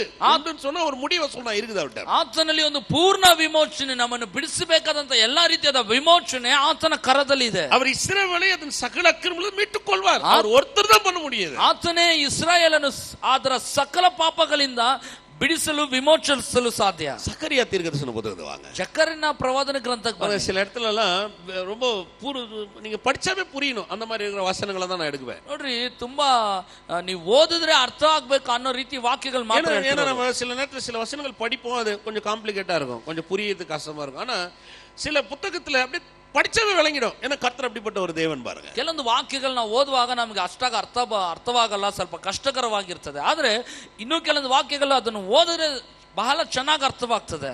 வாசிக்கலாம் பாருங்க. சக்கரியா ಓದೋಣ. ಜಕರಿಯನ ಗ್ರಂಥ 9ஆம் அதிகாரத்துக்கு வாங்களேன். சக்கரியா 9ஆம் அதிகாரம். ಜಕರಿಯನ ಗ್ರಂಥ 9ನೇ ಅಧ್ಯಾಯಕ್ಕೆ ಬನ್ನಿ. வாழ்க்கையில் அவ்வளவு நம்ம சுலபம் பாருங்க. அதாவது கடன் வாங்கறதுக்கு நமக்கு நல்லா தெரியும். ನಮ್ಮ ಜೀವನದಲ್ಲಿ ನಾನು ಹೇಳ್ತೇನೆ ನೋಡ್ರಿ, ಸಾಲ ಪಡ್ಕೊಳ್ಳಿಕ್ಕೆ ನಮ್ಗೆ ಚೆನ್ನಾಗಿ, ஆனா கடன் கட்ட தெரியாது நமக்கு. ಸಾಲ ಕಟ್ಟಲಿಕ್ಕೆ ಗೊತ್ತಿರಲ್ಲ. கடன் கட்டும் போது தான் என்ன பண்ணுவோம், அந்த நேரத்துல தான் ஜனங்க ஜெபம், ஆண்டவரே எப்படியாவது உபவாசம் பண்ணி ஜெபம் பண்றோம். ஏன்னா கடன் வாங்கறதுக்கு தெரியும், கட்டுறதுக்கு தெரியாது. கட்டுறதுக்கு தான் நம்ம கர்த்தர் வேணும்னு நினைப்போம். ஏன் கடன் வாங்காமையே கர்த்தர் நமக்கு உதவி செய்வார். அப்படிப்பட்ட நன்மை அவர் செய்ய வல்லவரா இருக்கிறார். ಸಾಲ ಪಡ್ಕೊಳ್ಳುವ ಮುನ್ನ ದೇವ್ರ ಬಗ್ಗೆ ಗೊತ್ತಿರಲ್ಲ, ಆದ್ರೆ ಸಾಲ ಕೊಡುವಾಗ ದೇವ್ರ ಬಗ್ಗೆ ಬಂದು ಸ್ವಾಮಿ ಹೇಗಾದ್ರೂ ಕಟ್ಟಬೇಕು, ಸಹಾಯ ಮಾಡಪ್ಪ ಅಂತ ಹೇಳ್ತೇವೆ. ಆದ್ರೆ ಸಾಲ ಕೊಡುವ ಮುನ್ನಾನೆ, ಸಾಲ ಪಡ್ಕೊಳ್ಳುವ ಮುನ್ನಾನೆ ದೇವ್ರು ನಮ್ಗೆ ಸಹಾಯ ಮಾಡ್ತಾನೆ ಅಂತ ನಾವು ನಂಬಲ್ಲ. ஆனால் இரக்கம் உள்ளவர், அப்படியே நமக்கு உதவி செய்யறார்.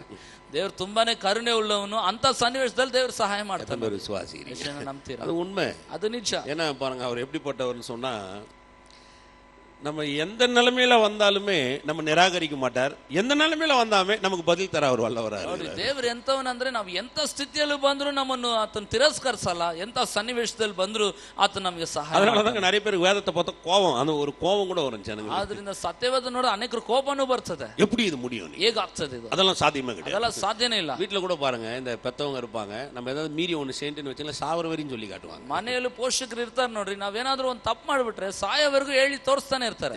எங்க அப்பா செத்து போயிட்டாரு. அவரு வந்து செத்து ஒரு 4-5 வருஷம் ஆகி போச்சு. ತಂದೆ ತೀರೋದ್ರು, ಅವ್ರು ತೀರಿ ಒಂದು 4 ವರ್ಷಗಳಾಯ್ತು. ஆனா அவர் பண்ண தப்பு இன்னைக்கு வரையும் எங்க அம்மா இன்னைக்கு வரையும் சொல்லிடுவாங்க. ಆದ್ರೆ ಅವ್ರು ಮಾಡಿರೋ ತಪ್ಪನ ನಮ್ಮ ತಾಯಿ ಇವತ್ತವರೆಗೂ ಹೇಳಿ ತೋರಿಸ್ತಾ ಇದ್ದಾರೆ. அப்பா பண்ணான் தெரியுமா?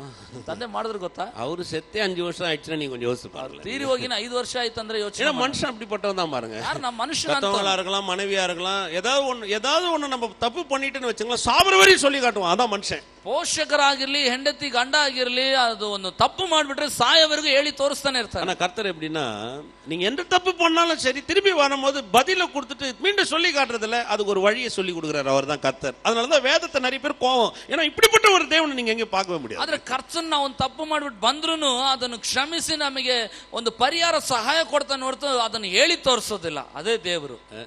சில இடத்துல நீங்க போனீங்கன்னு வைங்களேன், உங்க வாழ்க்கையில் ஏதாவது ஒரு பிரச்சனை, அடிக்கடி ஒரு நோய் எதனா வந்துச்சுன்னு வைங்களேன், சொல்லுவாங்க கடவுளுக்கு ஏதாவது நீங்க வேண்டிக்கிட்டீங்களா, நீங்க செய்ய மறந்துட்டுப்பீங்க, அதனால அந்த கடவுள் அடிக்கடி உங்களுக்கு வியாதி தர்றாரு. ನಿಮ್ಗೊಂದು ಸಮಸ್ಯೆನೇ, ಒಂದು ರೋಗ ಬಲಹೀನತೆ ಆಯ್ತಂತ ಯಾರ ಹತ್ರ ಒಬ್ಬರ ಹತ್ರ ಹೇಳಿದ್ರೆ ಅವ್ರು ಏನ್ ಹೇಳ್ತಾರೆ ಗೊತ್ತಾ? ನೀವೇನೋ ದೇವ್ರ ಹತ್ರ ಬೇಡ್ಕೊಂಡ್ರ ಅದನ್ನು ನೆರವೇರಿಸದೇ ಇರೋದ್ರಿಂದ ಒಂದ್ ವೇಳೆ ಇದೆಲ್ಲ ನಿಮ್ಗೆ ಬಂದಿರಬಹುದು. சில நேரத்தில் அப்படிப்பட்ட ரட்சிக்கப்பட்டாலும் அவங்க கோயில் வந்து சொல்லுவாங்க, நான் கர்த்தருக்காக ஒரு காரியத்தை வேண்டிக்கிட்டேன், நான் செய்ய முடியல, கர்த்தர் வரும்போது நான் செய்யறேன்னு சொல்ல, நீ செய்யலைன்னா கூட கர்த்தர் ஒன்றும் பண்ண மாட்டேன், தைரியமா போனீங்க. ರಕ್ಷಣೆ ಹೊಂದಿದ ಕೆಲವೊಬ್ರು ಆ ರೀತಿಯಾದ ಭಾವನೆಯಲ್ಲಿ ಬರ್ತಾರೆ. ನಾನು ದೇವರಿಗೆ ಹರಕೆ ಹೊತ್ಕೊಂಡೆ, ಅದನ್ನು ಈ ರೀತಿ ಮಾಡ್ಲಿಕ್ಕಾಗಲ್ಲ, ಈ ರೀತಿ ಮಾಡ್ತೇನೆ. ನೀನು ಅದನ್ನು ಮಾಡದಿದ್ರು ದೇವ್ರು ನಿನ್ನ ಏನು ಮಾಡೋದಿಲ್ಲ. செய்யலைன்னா கூட கர்த்தர் ஒன்றும் செய்ய மாட்டேன். இன்னைக்கு நான் உங்களுக்கு சொல்றேங்க, ಇವತ್ತು ನಿಮ್ಗೆ ಹೇಳ್ತೇನೆ. நிறைய பேருக்கு அதை நான் சொல்லுவேன் பாருங்க. சில நேரத்தில் ஒரு சிலருக்கு என்னன்னு பார்த்தீங்கன்னா, நான் தசமபாகம் போடல, அதனால கர்த்தர் எனக்கு எதாவது பண்ணிடுறாரு. நான் சொல்றேன், நீ ஒண்ணுமே செய்யலைன்னா கூட அவர் உனக்கு கர்த்தரா இருப்பார். அவரு ಅನೇಕರು ಹೇಳ್ತಾರೆ, ದಶಮ ಭಾಗ ಹಾಕಿಲ್ಲ ದೇವ್ರೇನಾದ್ರೂ ಮಾಡ್ಬಿಡ್ತಾನೆ. ಇಲ್ಲ, ನೀನ್ ದಶಮ ಭಾಗ ಹಾಕ್ತಿದ್ರು ದೇವ್ರು ನಿನಗೆ ಏನು ಮಾಡಲ್ಲ. சிலருக்கு அந்த பயம், நான் ஜெபம் பண்ணல, நீ ஜெபமே பண்ணல, நீ பைபிளே வாசிக்கலன்னா கூட கர்த்தர் உன்னை ஒண்ணும் பண்ண மாட்டார், உன் நாக்கு அறுத்துற மாட்டார், உன் கண்ணு குருடாக மாட்டார். ನೀನ್ ಸತ್ಯವೇದ ಓದಲಿಲ್ಲ, ಪ್ರಾರ್ಥನೆ ಮಾಡಿದಿದ್ರು ನಿನ್ನ ನಾಲಿಗೆ ಹೊರಗೆ ಎಳೆದು ಕೊಯ್ದು ಬಿಡಲ್ಲ, ನಿನ್ನ 2 ಕಣ್ಣನ್ನು ಚುಚ್ಚಿ ಬಿಡಲ್ಲ. எங்கேயாவது வேதத்தில் வாட்சி பாருங்க, இன்றைக்கு நீங்கள் வேதம் வாசிக்கவில்லை என்றால் உன் கண்ணுல இருந்து 5% பவர் போயிடும்னு சொன்னா இன்னைக்கு ஒவ்வொரு விசுவாசியும் குருடன் ஆயிட்டு இருப்பான். ನೀ ಸತ್ಯವೇದ ನೀನು ಓದಿದ್ರೆ ಪ್ರತಿದಿನ 5% ನಿನಗೆ ದೃಷ್ಟಿಕೋನ ಕಡಿಮೆ ಆಗ್ತದೆ ಅಂತ ಹೇಳಿದ್ರೆ ಇವತ್ತು ಪ್ರತಿಯೊಬ್ಬ ಕ್ರೈಸ್ತರು ಕುರುಡರಾಗ್ತದೆ. நான் எதுக்கு வேதம் வாசிக்கிறேன்? ಯಾಕೆ ಸತ್ಯವೇದ ಓದ್ತೇನೆ? இந்த அளவுக்கு அதிகமான வகையில் என்ன நேசிக்கிற தேவன் எப்படிப்பட்டவன்றதால தான் வேதத்தை வாசிக்கிறேன். ಅತ್ಯಧಿಕವಾಗಿ ನಾನು ಪ್ರೀತಿ ಮಾಡೋ ದೇವರು ಎಂತವನ ಅನ್ನೋದು ನೋಡ್ಲಿಕ್ಕಾಗಿ ஜெபம் பண்றேன், ಅದಕ್ಕೆ ಪ್ರಾರ್ಥಿಸ್ತೇನೆ. இப்படிப்பட்ட ஒரு தேவன் ஏன் என்னை இப்படி எல்லாம் நேசிக்கிறார்? அதனால தான் ஜெபம் பண்றது. என்னன்னா, நான் போய் ஏதோ வாயில இருக்கிறத கொட்டிட்டு வர்றது கிடையாது, ரைஸ் மில்ல கொண்டு போய் அரிசி கொட்டுறேன் அந்த மாதிரி கொட்டிட்டு வர்றது கிடையாது. ஜெபம்ன்றது என் மனசு போயிட்டு பேசுற, ஏன் என்ன இவ்வளவு நேசிக்கிறீங்க, என் மேல எதுக்கு இவ்வளவு அன்பு, என்னக்காக நீங்க செய்ய நினைக்கிறீங்க, அதான் ஜெபம். ಪ್ರಾರ್ಥನೆ ಅಂದ್ರೆ ಏನಂದ್ರೆ, ಈ ರೀತಿಯಾದ ಒಬ್ಬ ದೇವರು ಇಷ್ಟಾಗಿ ನನ್ನನ್ನು ಪ್ರೀತಿಸ್ತಾನೆ ಎಂಬುದಾಗಿ ನಾನು ಹೋಗಿ ಆತನಲ್ಲಿ ಆನಂದಿಸೋದು, ಆತನ ನೋಡುವುದು ಹೊರತು ಬಾಯಿಗೆ ಬರೋದೆಲ್ಲ ಹೋಗಿ ಹಾಕ್ಬಿಟ್ಟು ಬರುವಂತ ಕಾರ್ಯವಲ್ಲ. எதுக்கு தசமபாகம் கொடுக்குறீங்க? ಯಾಕೆ ದಶಮಭಾಗ ಕೊಡೋದು? இல்லங்க, இந்த தசமபாகம் எனக்கு நீ ஏற்படுத்த ஒரு வழி. நான் பார்க்கிறேன் ஆண்டவரே, நீங்க சொல்லி இருக்கிறீங்க, உனக்காக வானத்தின் பலகணிகளை திறப்பேன், இடம் கொள்ளாமல் போக மட்டும் நான் ஆசீர்வாதம் வேணும், நீ சோதித்து நீங்க சொல்லி இருக்கிறீங்க, நீங்க சொன்னீங்க, நான் செஞ்சு பார்க்கிறேன், கர்த்தர் எனக்கு செய்ய வல்லவர். ದಶಮಭಾಗ ಅನ್ನೋದು ದೇವರು ನನಗಾಗಿ ಏರ್ಪಡಿಸಿ ಇಟ್ಟಿರುವಂತ ಒಂದು ಮಾರ್ಗ. ದೇವರೇ ಹೇಳಿದ್ದಾನೆ, ನಾನು ನಿನಗೋಸ್ಕರ ಪರಲೋಕದ ದ್ವಾರಗಳನ್ನು ತೆರೆದು ಸ್ಥಳ ಹಿಡಿಯಲಾದಷ್ಟು ಸುವರಗಳನ್ನು ಸುರಿಸುತ್ತೇನೋ ಇಲ್ಲವೋ ಎಂದು ನನ್ನನ್ನು ಪರಿಶೀಲಿಸಿ ನೋಡು. ಆದ್ರಿಂದ ನಾನು ಹೇಳ್ತೇನೆ, ದೇವ್ರೆ ನೀನು ಹೇಳೋದ್ರಿಂದ ನಾನು ಇದನ್ನು ಮಾಡ್ತೇನೆ. ஆரம்பத்தில் இங்க ஒருத்தர் வந்திருந்தார் பாருங்க. ಪ್ರಾರಂಭದಲ್ಲಿ ಇಲ್ಲೊಬ್ರು ಬರ್ತಿದ್ರು. அவருடைய ஒரு பெரிய ஆஸ்தி பெரிய பிரச்சனையில போய் மாட்டிச்சு. ಅವ್ರ ಆಸ್ತಿ ಒಂದು ದೊಡ್ಡ ಸಮಸ್ಯೆದಲ್ಲಿ ಸಿಕ್ಕಾಕೋಬಿಡ್ತು. வரவே வராதுன்ற அளவுக்கு ஆயிப்போச்சு. வராது அவ்வளவுதான் அப்படின்ற அளவுக்கு ஆயிப்போச்சு. ಅದು ಇನ್ನು ಬರೋದೇ ಇಲ್ಲ ಅನ್ನೋ ಮಟ್ಟಿಗೆ ಬಂದ್ಬಿಡ್ತು. அந்த நேரத்துல சபைக்கு வந்தாரு. ಅಂತ ಸಮಯದಲ್ಲಿ ಸಭೆಗೆ ಬಂದ್ರು. நான் சொல்றது ஒரு 12 வருஷம் இருக்கு, 11 வருஷமா இருக்கும் அது. ನಾನು ಹೇಳ್ತಿರೋದು ಒಂದು 11 ವರ್ಷಗಳ ಹಿಂದೆ. நான் சொன்ன பயப்படாதீங்க பிரதர், அவர் மீட்டு தருவார். ನಾನು ಹೇಳ್ದೆ, ಎದುರುಬೇಡಿ ಬ್ರದರ್, ದೇವರು ಹಿಂದಿರುಗಿಸಿ. உடனே பயங்கரமான ஒரு பொருத்தனை பண்ணிட்டாரு.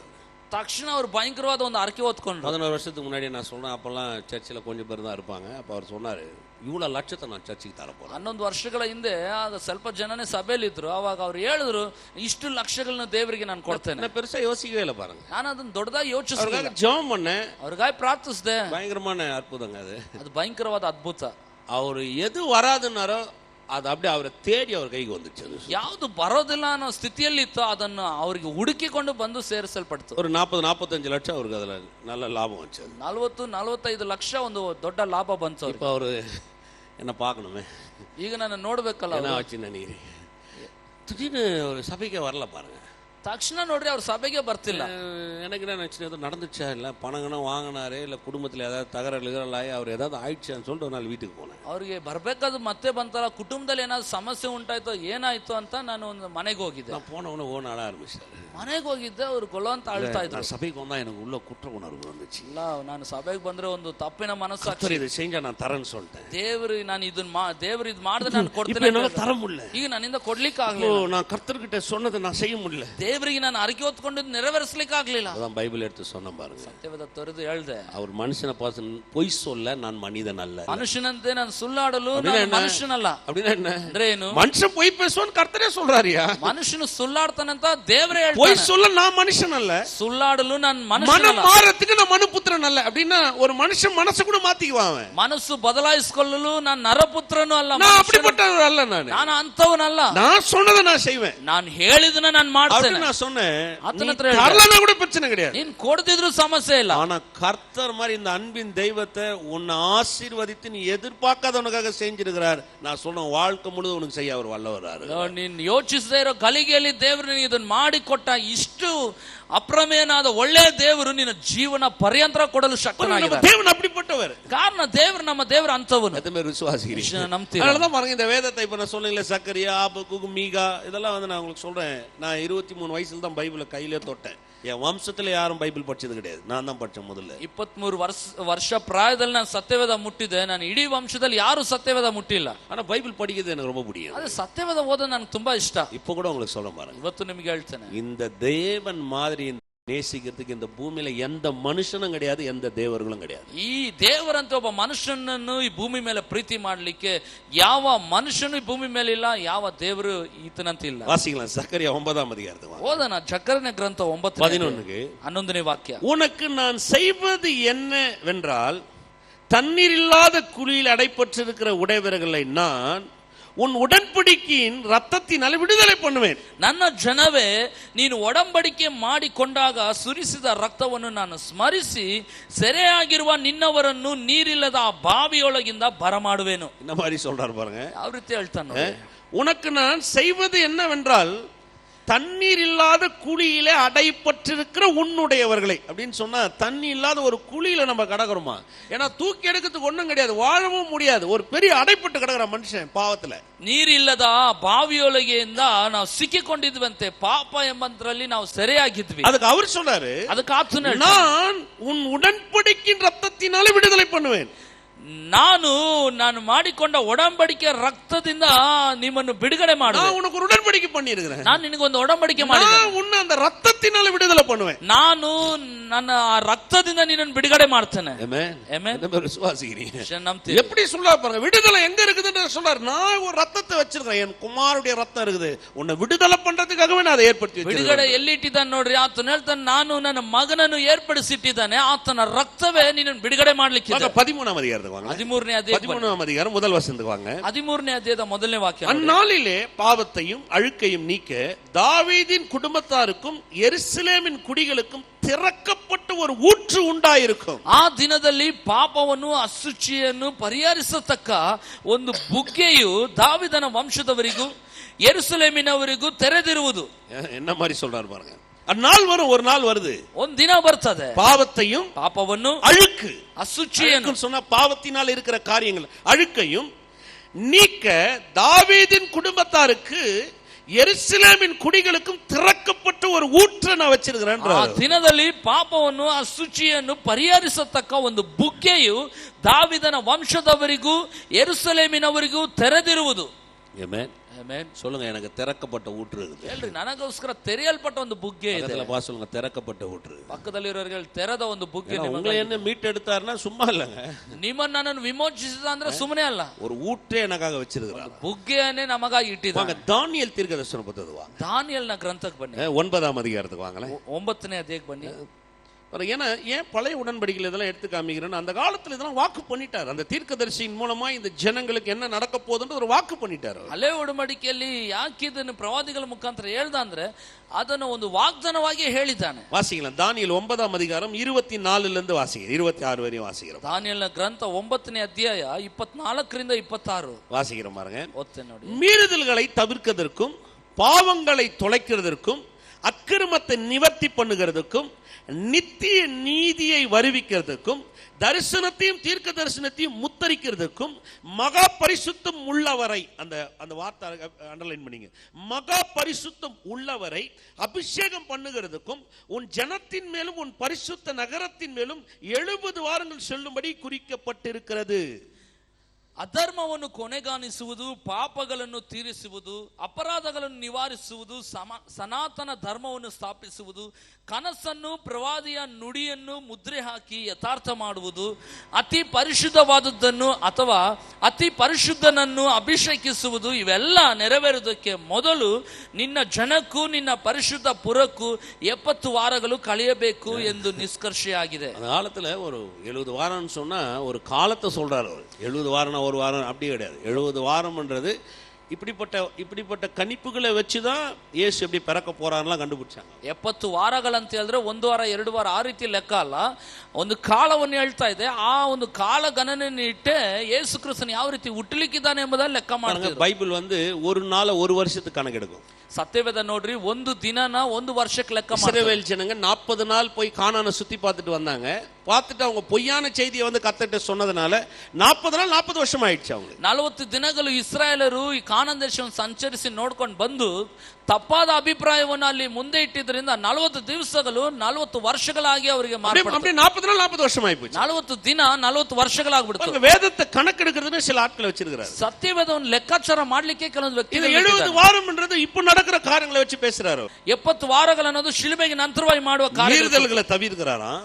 ಆತನು ಅಪರಾಧಗಳನ್ನು ನೀಗಿಸ್ತಾನೆ, ಪಾಪಗಳನ್ನು ತೊಲಗಿರಾರಾம், ಪಾಪಗಳನ್ನು ನೀಗಿಸ್ತಾನೆ, ಅಕ್ರಮத்தை ನಿವರ್ತಿ பண்றாராம், ಅಪರಾಧಗಳನ್ನು ನೀಗಿಸ್ತಾನೆ, ನಿತ್ಯ ನೀತಿயை வருவிக்கிறாராம், ನಿತ್ಯ ಸನಾತನ ಧರ್ಮವನ್ನು மகா பரிசுத்தம் உள்ளவரை அபிஷேகம் பண்றாராம். அதுக்காகவே ಮಹಾ ಪರಿಶುದ್ಧನನ್ನು ಅದಕ್ಕಾಗಿ ಅಭಿಷೇಕಿಸುವ. 25 இப்போதும் நீ அறிந்து உணர்ந்து கொள்ள வேண்டியது என்னவென்றால், எருசலேமை திரும்ப எடுப்பித்து கட்டுகிறதுக்கான கட்டளை வெளிப்படுவது முதல் பிரபுவாகிய மேசியா வரும் மட்டும் 7 வாரமும் 62 வாரமும் செல்லும்.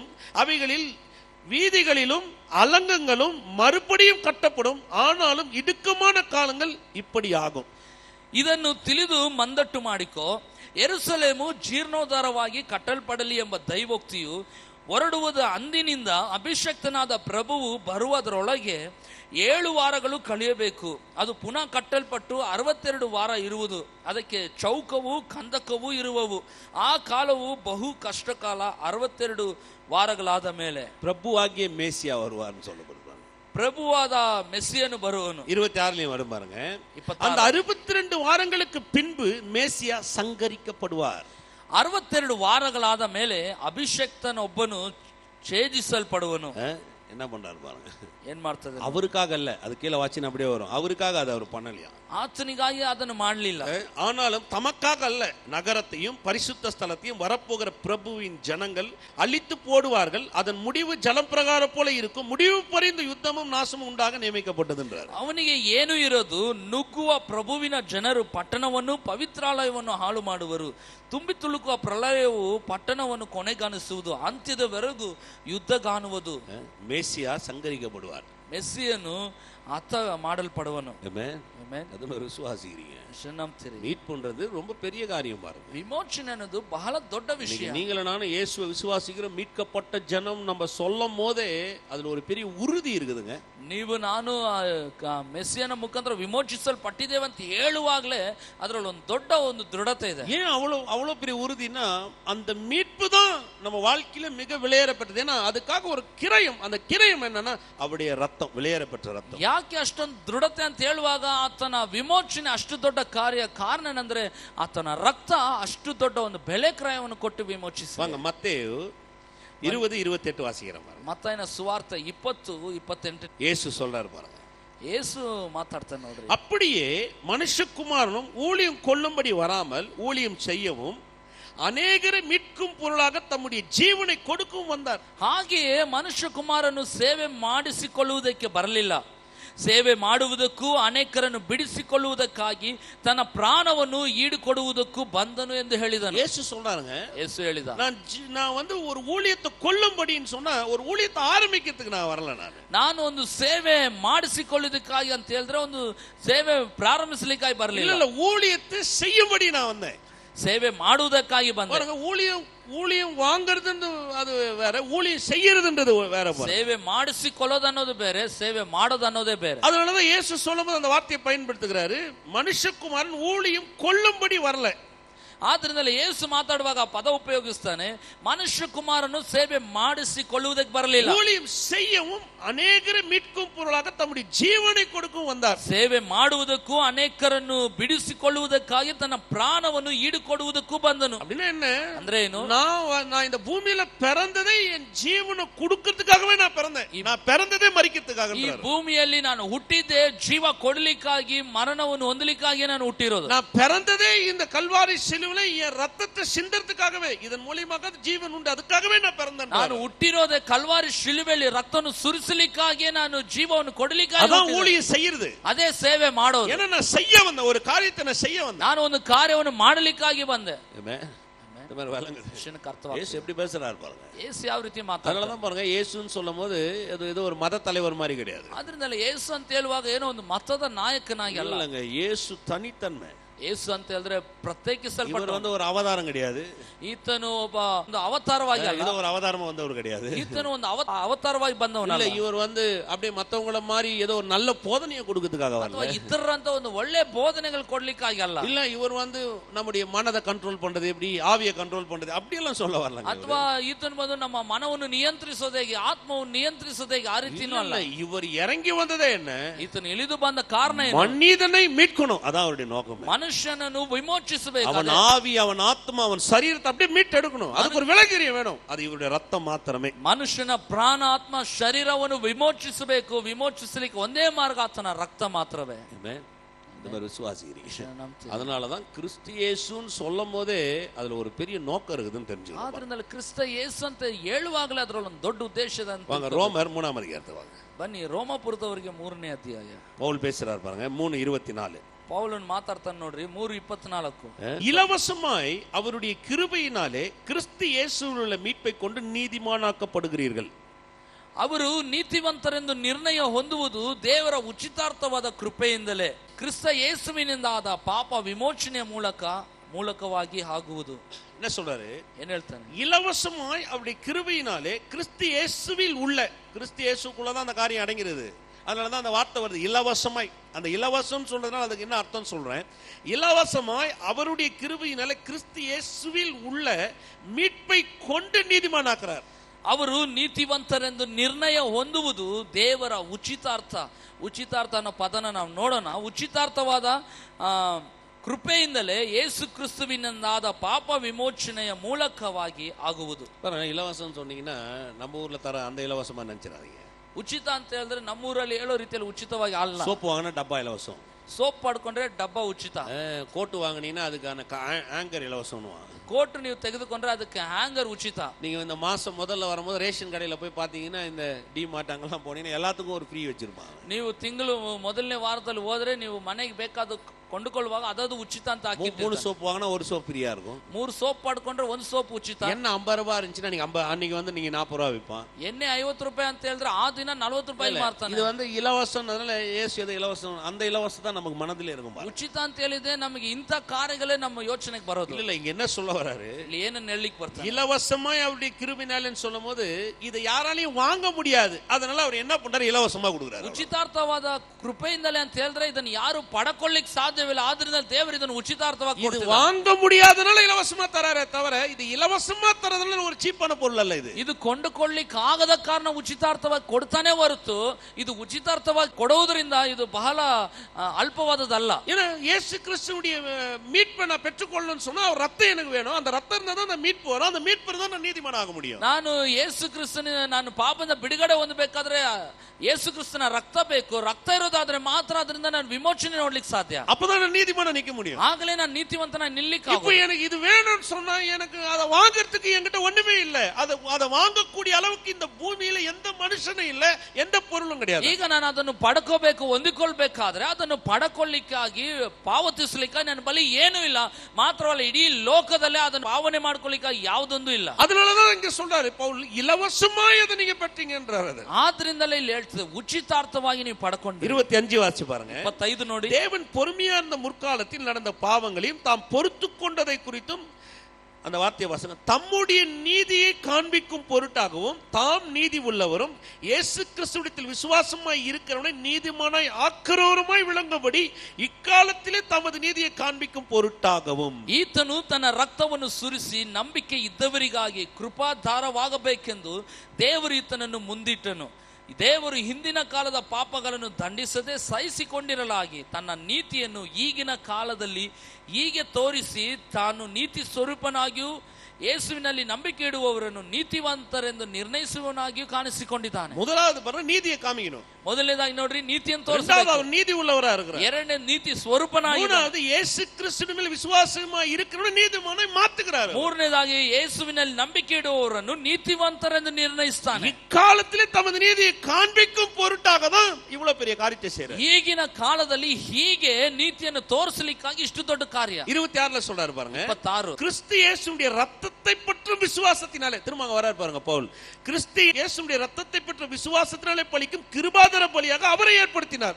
ಕನ್ನಡದಲ್ಲಿ 25ರಲ್ಲಿ ಬರ್ತದೆ, ಈತನು ತನ್ನ ರಕ್ತವನ್ನು ಸುರಿಸಿ ನಂಬಿಕೆ ಇದ್ದವರಿಗಾಗಿ ಕೃಪಾಧಾರವಾಗಬೇಕೆಂದು. அது முன்னாடி வந்துருச்சு, தமிழ்ல வந்து கீழே வருது. 26வது வருஷம் அது பாருங்க, இயேசு கிறிஸ்துடைய ரத்தத்தை பற்றும் விசுவாசம் தான் நம்மளுக்கு பலிக்குது. எதுனா கிருபாதார பலியாக அவரை ஏற்படுத்தினார்.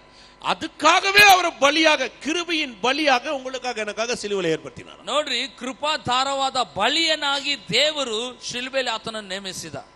ಆಮೆನ್. 27 அருமையா சொல்றா பாருங்க பவுல். 27ರಲ್ಲಿ ಪೌಲನು ಹೇಳ್ತಾನೆ, இப்படி இருக்கு மேன்மை பாராட்டல் எங்கே? ಹಾಗಾದ್ರೆ ಹೊಗಳಿಕೊಳ್ಳುವುದಕ್ಕೆ ಆಸ್ಪದವೆಲ್ಲಿ? இந்த கிறிஸ்தவத்துல யாருமே சொல்ல முடியாது பாருங்க, நான் இப்படி வந்தேன் சொல்ல. கிறிஸ்தவத்துல பெரிய ஆளா இருக்கும் பாருங்க. ಕ್ರೈಸ್ತತ್ವದಲ್ಲಿ ಯಾರು ಈ ರೀತಿ ಹೇಳಲಿಕ್ಕಾಗಲ್ಲ. ನಾನು ನೋಡ್ರಿ ಈ ರೀತಿ ಬಂದೆ, நான் பண்ணி காமிச்சேன், ನಾನು ಮಾಡಿ ತೋರಿಸಿ, நாங்க பண்ணோம், ನಾನೇ ಮಾಡಿದ್ವಿ. அப்படி சொன்னானா அவங்களுக்கு வந்து நீதியை பத்தியும் தெரியல, அந்த நீதி என்ன அவங்களுக்கு விலகரியும் கொடுத்துருக்குன்னு தெரியல, அந்த காரியம் எப்படி படுதுன்னு விளங்கல. ಆ ರೀತಿ ಅವ್ರು ಹೇಳೋದಾದ್ರೆ ಅವ್ರಿಗೆ ನೀತಿ ಅಂದ್ರೆ ಏನಂತ ಗೊತ್ತಿಲ್ಲ, ನೀತಿ ಕುರಿತಾದ ಒಂದು ಬೆಳೆ ಗೊತ್ತಿಲ್ಲ, ನೀತಿ ನಮ್ಗೆ ಏನೆಲ್ಲ ಉಂಟು ಮಾಡಿದ ಅನ್ನೋದು ಒಂದು ಚೂರು ಗೊತ್ತಿಲ್ಲ ಅವ್ರಿಗೆ. மேன்மை பாராட்டல் எங்கே? ಆಸ್ಪದವೆಲ್ಲಿ?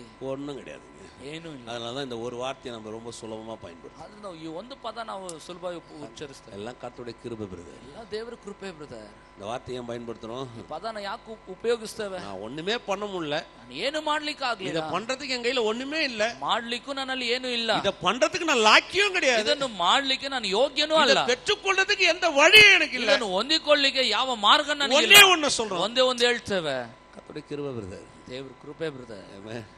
அது மாதிரி விளங்குது. அதனாலதான் பாருங்க, சில நேரத்துல சொல்லுவாங்க, இது எப்படி செய்யணும்? நான் வந்து பாருங்க, அந்த காலத்துல கடும் பசி, குளிர்லயும் பட்னிலையும் கஷ்டத்திலையும் அப்படி கட்டிட்டியா?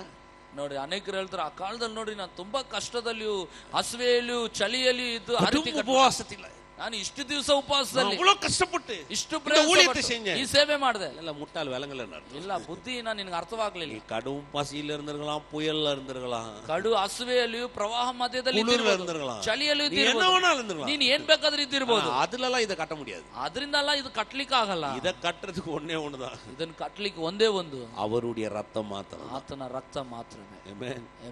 விளங்குது. பாருங்க, இந்த வார்த்தையெல்லாம் நான் பேசவே மாட்டேன். நான் வந்து பாருங்க, 12 வருஷத்துக்கு முன்னாடி ரோடா எப்படி அலைஞ்சேன் தெரியுமா? அலைஞ்சேன். ஆனா நான் 12 வருஷம் ரோடா அலைஞ்சதுனால இதை நான் கட்டி முடிச்சிட்டேன் நீங்க நினைக்காதீங்க. ಅದರಿಂದ ಇಂಥ ಪದಗಳು ನಾನು ಉಪಯೋಗ ಮಾಡಲ್ಲ. 12 ವರ್ಷಗಳಿಂದ ನಾನು ರಸ್ತೆಯಾಗಿ ಬೀದಿಯಾಗಿ ಹೆಂಗ್ ಅಳೆದೆ ಗೊತ್ತಾ? ನಾನು ಅಳೆದಿದ್ದು ನಿಜ, ಆದ್ರೆ ಅಳೆದಿದ್ರಿಂದ ನಾನು ಈ ರೀತಿ ಕಟ್ಲಿಕ್ಕೆ ಆಗ್ಲಿಲ್ಲ. எத்தனை பேர் நினைக்கிறீங்க? அப்படி நீங்களே யோசிச்சு பாருங்க. 12 வருஷத்துக்கு முன்னாடி என்ன மாதிரி எத்தனையோ பேர் ரோடு அலைஞ்சிருக்காங்க. அவங்களாம் இப்படி கட்டிட்டாங்களா? 12 ವರ್ಷಗಳ ಹಿಂದೆ ನನ್ನಂತೆ ಎಷ್ಟೋ ಜನ ಬೀದಿ ಸುತ್ತಿದ್ರು, ಅವರೆಲ್ಲ ಈ ರೀತಿ ಕಟ್ಟಿದಾರಾ? இல்லங்க, நான் ரோடு அலைஞ்சதுனால இப்படி கட்டில. ಬೀದಿ ನಾನು ಸುತ್ತಾಡಿ ಕಟ್ಟಲಿಲ್ಲ. ஆரம்ப நாட்கள் எனக்கு நிறைய நாள் சாப்பாடு இருந்தது கிடையாது. ಪ್ರಾರಂಭ ದಿನಗಳಲ್ಲಿ ಹಲವು ದಿವಸ ನನಗೆ ಊಟನೇ ಇದ್ದಿಲ್ಲ. ஏன்னா உபவாசம், சாப்பாடு இல்லைனாவே உபவாசம் தான், வேற வழி கிடையாது. ಉಪವಾಸ ಅಂತ ಹೇಳಿದ್ರೆ ಆಹಾರ ಇಲ್ಲದ ಕಾರಣ ಉಪವಾಸ. உண்மை ನಿಜ. சில நேரத்துல பாருங்க, நீங்க பாத்தீங்கன்னா ஆரம்ப நாட்கள்ல அந்த காயின் எல்லாம் தேவைன்னா கூட போய் ஒரு சாப்பாடு வாங்கி சாப்பிடற காசு இருக்காது. ಪ್ರಾರಂಭ ದಿನದಲ್ಲಿ ಇರುವಂತ ನಾಣ್ಯಗಳೆಲ್ಲ ಸೇರಿಸಿದ್ರು ಊಟ ಮಾಡುವಷ್ಟು ನನಗೆ ಇರ್ತಿದಿಲ್ಲ.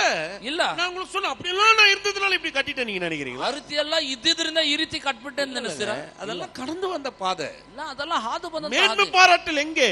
ಹೊಗಳಿಕೊಳ್ಳುವುದಕ್ಕೆ ಆಸ್ಪದದಲ್ಲಿ அவர் நீதி உள்ளவரா இருக்கிறார். ಆತ ನೀತಿ ಸ್ವರೂಪನಾಗಿದ್ದಾನೆ. அவர் அந்த நீதி என் மேல் காண்பிக்கும் பொருட்டாக என்ன நீதிமானா மாத்துறார். ಆತನು ಆ ನೀತಿನ ನನ್ನ ಮೇಲೆ ತೋರಿಸುವ ಕಾರಣನೇ ನನ್ನ ನೀತಿವಂತನಾಗಿ ಅದಕ್ಕಾಗಿ அவர் கிருபாதார பலியாக ஏற்படுத்தப்பட்டார். ಅದಕ್ಕಾಗಿ ಆತನು ಕೃಪಾಧಾರವಾದ ಯಜ್ಞವಾಗಿ ಅರ್ಪಿಸಲ್ಪಟ್ಟನು. அதனால அந்த ரத்தம் சிந்தப்பட்டது. ಆದ್ದರಿಂದಲೇ ರಕ್ತ ಸುರಿಸಲ್ಪಟ್ಟಿತು. அந்த ரத்தம் சிந்தப்பட்டபடினால இப்போ நான் மேன்மை பாராட்டல் எனக்கு ஒண்ணுமே கிடையாது. ಆ ರಕ್ತ ಸುರಿಸಲ್ಪಟ್ಟ ಕಾರಣ ನಾನು ಹೊಗಳಿಕೊಳ್ಳುವುದಕ್ಕೆ ಆಸ್ಪದನೇ ಇಲ್ಲ.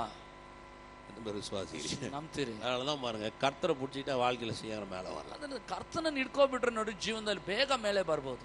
எந்த மாதிரி விசுவாசி ನಂಬ್ತೀರಿ? பெரிய ரொம்ப நல்லா வரலாம், ತುಂಬಾ ಚೆನ್ನಾಗಿ ಬರ್ಬೋದು. நிறைய பேர் நினைக்கிறேன் கர்த்தர் காசே கொடுக்க மாட்டார். ತುಂಬಾ ಜನರು ನೆನೆಸ್ತಾರೆ ದೇವರು ನೋಡ್ರಿ ಕಾಸೆ ಕೊಡಲ್ಲ. நான் சொல்றேன் பாருங்க, ನಾನು ಹೇಳ್ತೇನೆ, கர்த்தர் மாதிரி கட்டுக்கட்ட காசு கொடுக்குறவங்க வேற யாருமே கிடையாது. ದೇವರಂತ ನಮಗೆ ಕಟ್ಟುಕಟ್ಟಾಗಿ ಹಣ ಕೊಡೋರು ಯಾರು ಇಲ್ಲ ನೋಡ್ರಿ. உங்களுக்கு என்ன, ನಿಮಗೇನು? நீங்க மாறுபடி மாதிரி யோசிப்பீங்க.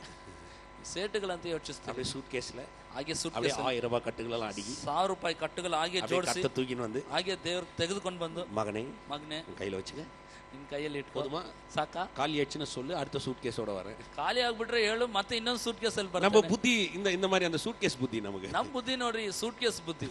கர்த்தர் கட்டுக்கட்டா பணத்தை எப்படி கொண்டு வரணும் அந்த வழியெல்லாம் நமக்கு காமிச்சு கொடுப்பார். ದೇವರು ಕಟ್ಟುಕಟ್ಟಾಗಿ ಹಣವನ್ನು ಹೇಗೆಲ್ಲ ನಮ್ಗೆ ದಯಪಾಲಿಸಬಹುದೆಂಬ ಮಾರ್ಗಗಳನ್ನೆಲ್ಲ ಇಟ್ಟಿದ್ದಾನೆ. சும்மா பேதுரு கூப்பிட்டாரா மீன் பிடிக்க போலாம். ಪೇತ್ರನ ಕರೆದ, ಪಾಪ ಮೀನ್ ಹಿಡಿಲಿಕ್ಕೆ ಹೋಗೋಣ. நினைச்சான் நான் ராத்திரி எல்லாம் கொண்டு வந்தா இந்த ஆள் வேற பகல்ல கூப்பிடுறாரு. ಆತ ನೆನೆಸ್ದ, ನಾನು ಇಡೀ ರಾತ್ರಿ ಎಲ್ಲ ಪ್ರಯಾಸ ಪಟ್ಟಿದ್ದ, ಇವರೇನು ಹಗಲಲ್ಲಿ ಕರೀತಿದ್ದಾರೆ. வா போயிட்டு வரலாம், சும்மா அந்த ஆலவரையும் போயிட்டு வரலாம். ಸುಮ್ನೆ ಬಾ, ಆ ಕಡೆ ಆಳದವರೆಗೂ. அவர் ஒண்ணுமே பண்ணலங்க, ಬೇರೆ ಏನ್ ಮಾಡಲಿಲ್ಲ, சும்மா படகுல உட்காந்துக்கிறாரு. ಆತ ಸುಮ್ನೆ ದೋಣಿಯಲ್ಲಿ ಕುಳಿತಿದ್ದಾನೆ. வலைய போடுனாரு, ಬಲೆ அவர் வலைய எடுத்து போடல, ಆತನ ಬಲೆ ತೆಗೆದಾಕ್ತಿಲ್ಲ. அவர் சொன்னார் வலைய போடுனாரு. ಆತನ ಹೇಳ್ದ, ನಿನ್ ಬಲೆ ಹಾಕು. கொஞ்ச நேரம் பார்த்தான், ಸರಿ, ಆ ಕಡೆ ನೋಡ್ದ, நான் ராத்திரியும் பிரயாசப்பட்டேன், ஒன்றும் கிடைக்கல, ஆனாலும் நீ சொன்ன நான் போடுறேன். ರಾತ್ರಿ ಎಲ್ಲ ಪ್ರಯಾಸ ಪಟ್ಟೆ, ಒಂದು ಮೀನು ಸಿಗ್ಲಿಲ್ಲ. ಸರಿ, ನಿನ್ ಮಾತು ಪ್ರಕಾರ ನಾನು ಹಾಕ್ತೇನೆ ಅಂತ ಹಾಕ್ದ. உச்சி ಇಳುக்குறான், வலை வர மாட்டேங்குது. ಹಾಕಿ ಎಳಿತಾ ಇದ್ದಾನೆ, ಬಲೆ ಬರ್ತಿಲ್ಲ. நினைச்சு வலை போய் இங்க மாட்டிச்சுரா அப்படின்னு ಅವನ್ ನೆನೆಸ್ಕೊಂಡ ಬಲೆ ಎಲ್ಲ ಸಿಕ್ಕಾಕೊಂಡಿರ್ಬೋದು. இழுக்குறான், அப்படியே மேல பாக்குறான், மரம்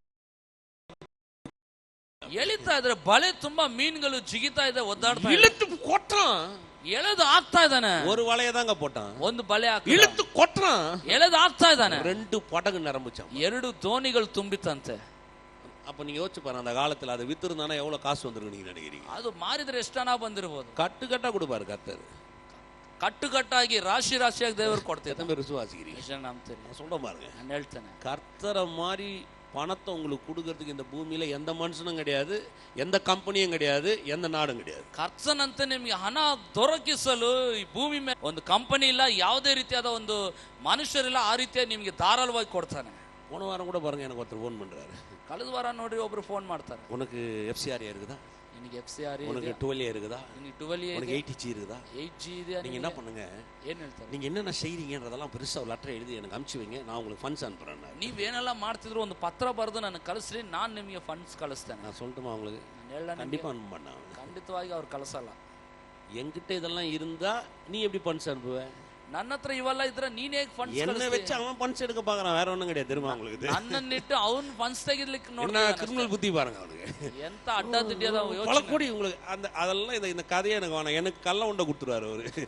நான் சொல்றது விளங்குதா உங்களுக்கு? பசங்க கிட்ட ஏதாவது வாங்கினா என்ன பண்ணுவான், நீ மொபைல் வேணும் இல்ல கள்ள உண்டை வேணுமா, பிள்ளைங்க கள்ள உண்டை வாங்கி மொபைல் எடுத்து கையில கொடுத்துட்டு போயிட்டு வாங்க. ಈ ರೀತಿ ಪಡ್ಕೊಂಡು ಅವ್ರು ನನ್ನ ಕೈಯಲ್ಲಿ ಲಡ್ಡು ಕೊಟ್ಬಿಡ್ತಾರೆ. சொன்னேன் நான், ಅವ್ರ ಹತ್ರ ಹೇಳ್ದೆ, இப்போ உங்களுக்கு சொல்றேங்க, இன்னைக்கும் சொல்றேன், ಇವತ್ತು ಈಗಲೂ ಹೇಳ್ತೇನೆ, என் கர்த்தர் ஒரே நாள்ல ஒரு நாட்டையே உருவாக்க முடியும்னு சொன்னா என்னை கொண்டு இந்த பூமியில ஒரே நாள்ல இந்த உலகத்திலே பெரிய ஆளா தவறால முடியும். ದೇವರು ಒಂದೇ ದಿನದಲ್ಲಿ ಒಂದು ರಾಷ್ಟ್ರವನ್ನು ಸ್ಥಾಪಿಸಲಿಕ್ಕೆ ಆಗೋದಾದ್ರೆ ನನ್ನ ಮುಖಾಂತರ ಒಂದೇ ದಿನದಲ್ಲಿ ಈ ಲೋಕದಲ್ಲಿ ಬೆರಗುಟ್ಟಿಸುವಂತ ಕಾರ್ಯಗಳು ತೋರಿಸಲಿಕ್ಕೆ ಸಾಧ್ಯ. அவர் கர்த்தர், ಆತ ಆತನ ಕರ್ತನು, அவரால் ஆகாது ஒண்ணும். ಆತನಿಂದ ಆಗದಂತದೇನಿಲ್ಲ. குமாரனுடைய ரத்தத்தை எனக்காக ತನ್ನ சிந்தினார். ಮಗನ ರಕ್ತವನ್ನೇ ನನಗಾಗಿ ಧಾರೆ யாருமே விலை கொடுத்து வாங்க முடியாத ரத்தத்தை எனக்காக சிந்திருக்கிறார் சொன்னா அவர் சொத்தையா எனக்கு தராது இருப்பார். ಯಾರು ಬೆಲೆ ಕೊಟ್ಟು ಕೊಂಡಿಕೊಳ್ಳಿಕ್ಕೆ ಆಗದಂತ ರಕ್ತವನ್ನೇ ನನಗಾಗಿ ಸುರಿಸಿದಾನಂದ್ರೆ ಆತನ ಒಂದು ಆಸ್ತಿ ಪಾಸ್ತಿ ಐಶ್ವರ್ಯವನ್ನು ಕೊಡದೇ ಇರ್ತಾನೆ.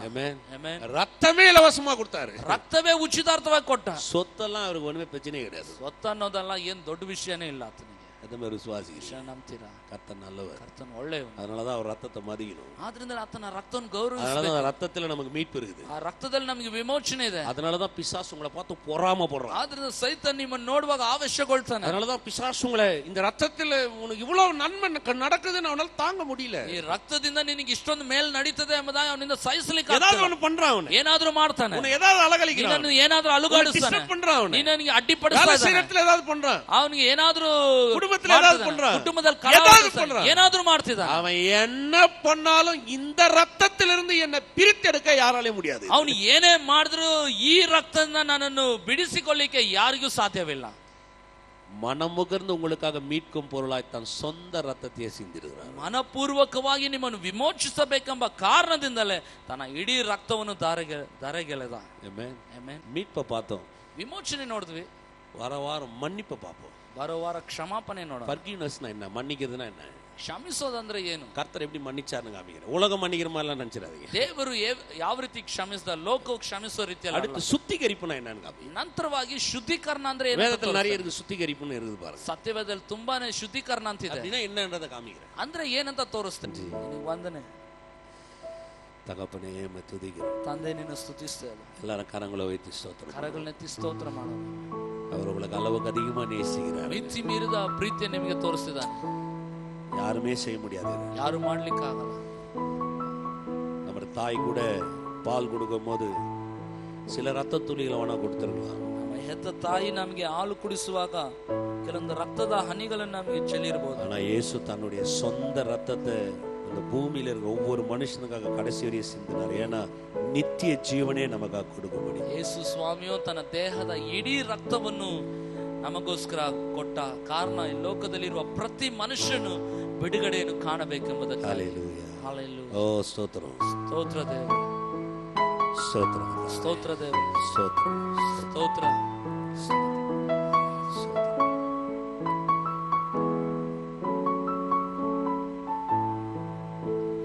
நிறைவான ஆவியானவரே, நீர் வரும்போது குறைவுகள் மாறுமே. நிறைவான ஆவியானவரே, நீர் வரும்போது குறைவுகள் மாறுமே. நீர் வந்தால் சூழ்நிலை மாறுமே, முடியாததும் சாத்தியமாகுமே. நீர் வந்தால் சூழ்நிலை மாறுமே, முடியாததும் சாத்தியமாகுமே. நிறைவே நீர் வாருமே, நிறைவே நீர் வேண்டுமே, நிறைவே நீர் போதுமே. ஆவியானவரே, நிறைவே நீர் வாருமே, நிறைவே நீர் வேண்டுமே, நிறைவே நீர் போதுமே. ஆவியானவரே, வயல்வெளியாகுமே, பாழானது பயிர்நிலமாகுமே. வனாந்திர வயல்வெளியாகுமே, பாழானது பயிர்நிலமாகுமே. நீர் வந்தால் சூழ்நிலை மாறுமே, முடியாததும் சாத்தியமாகுமே. நீர் வந்தால் சூழ்நிலை மாறுமே,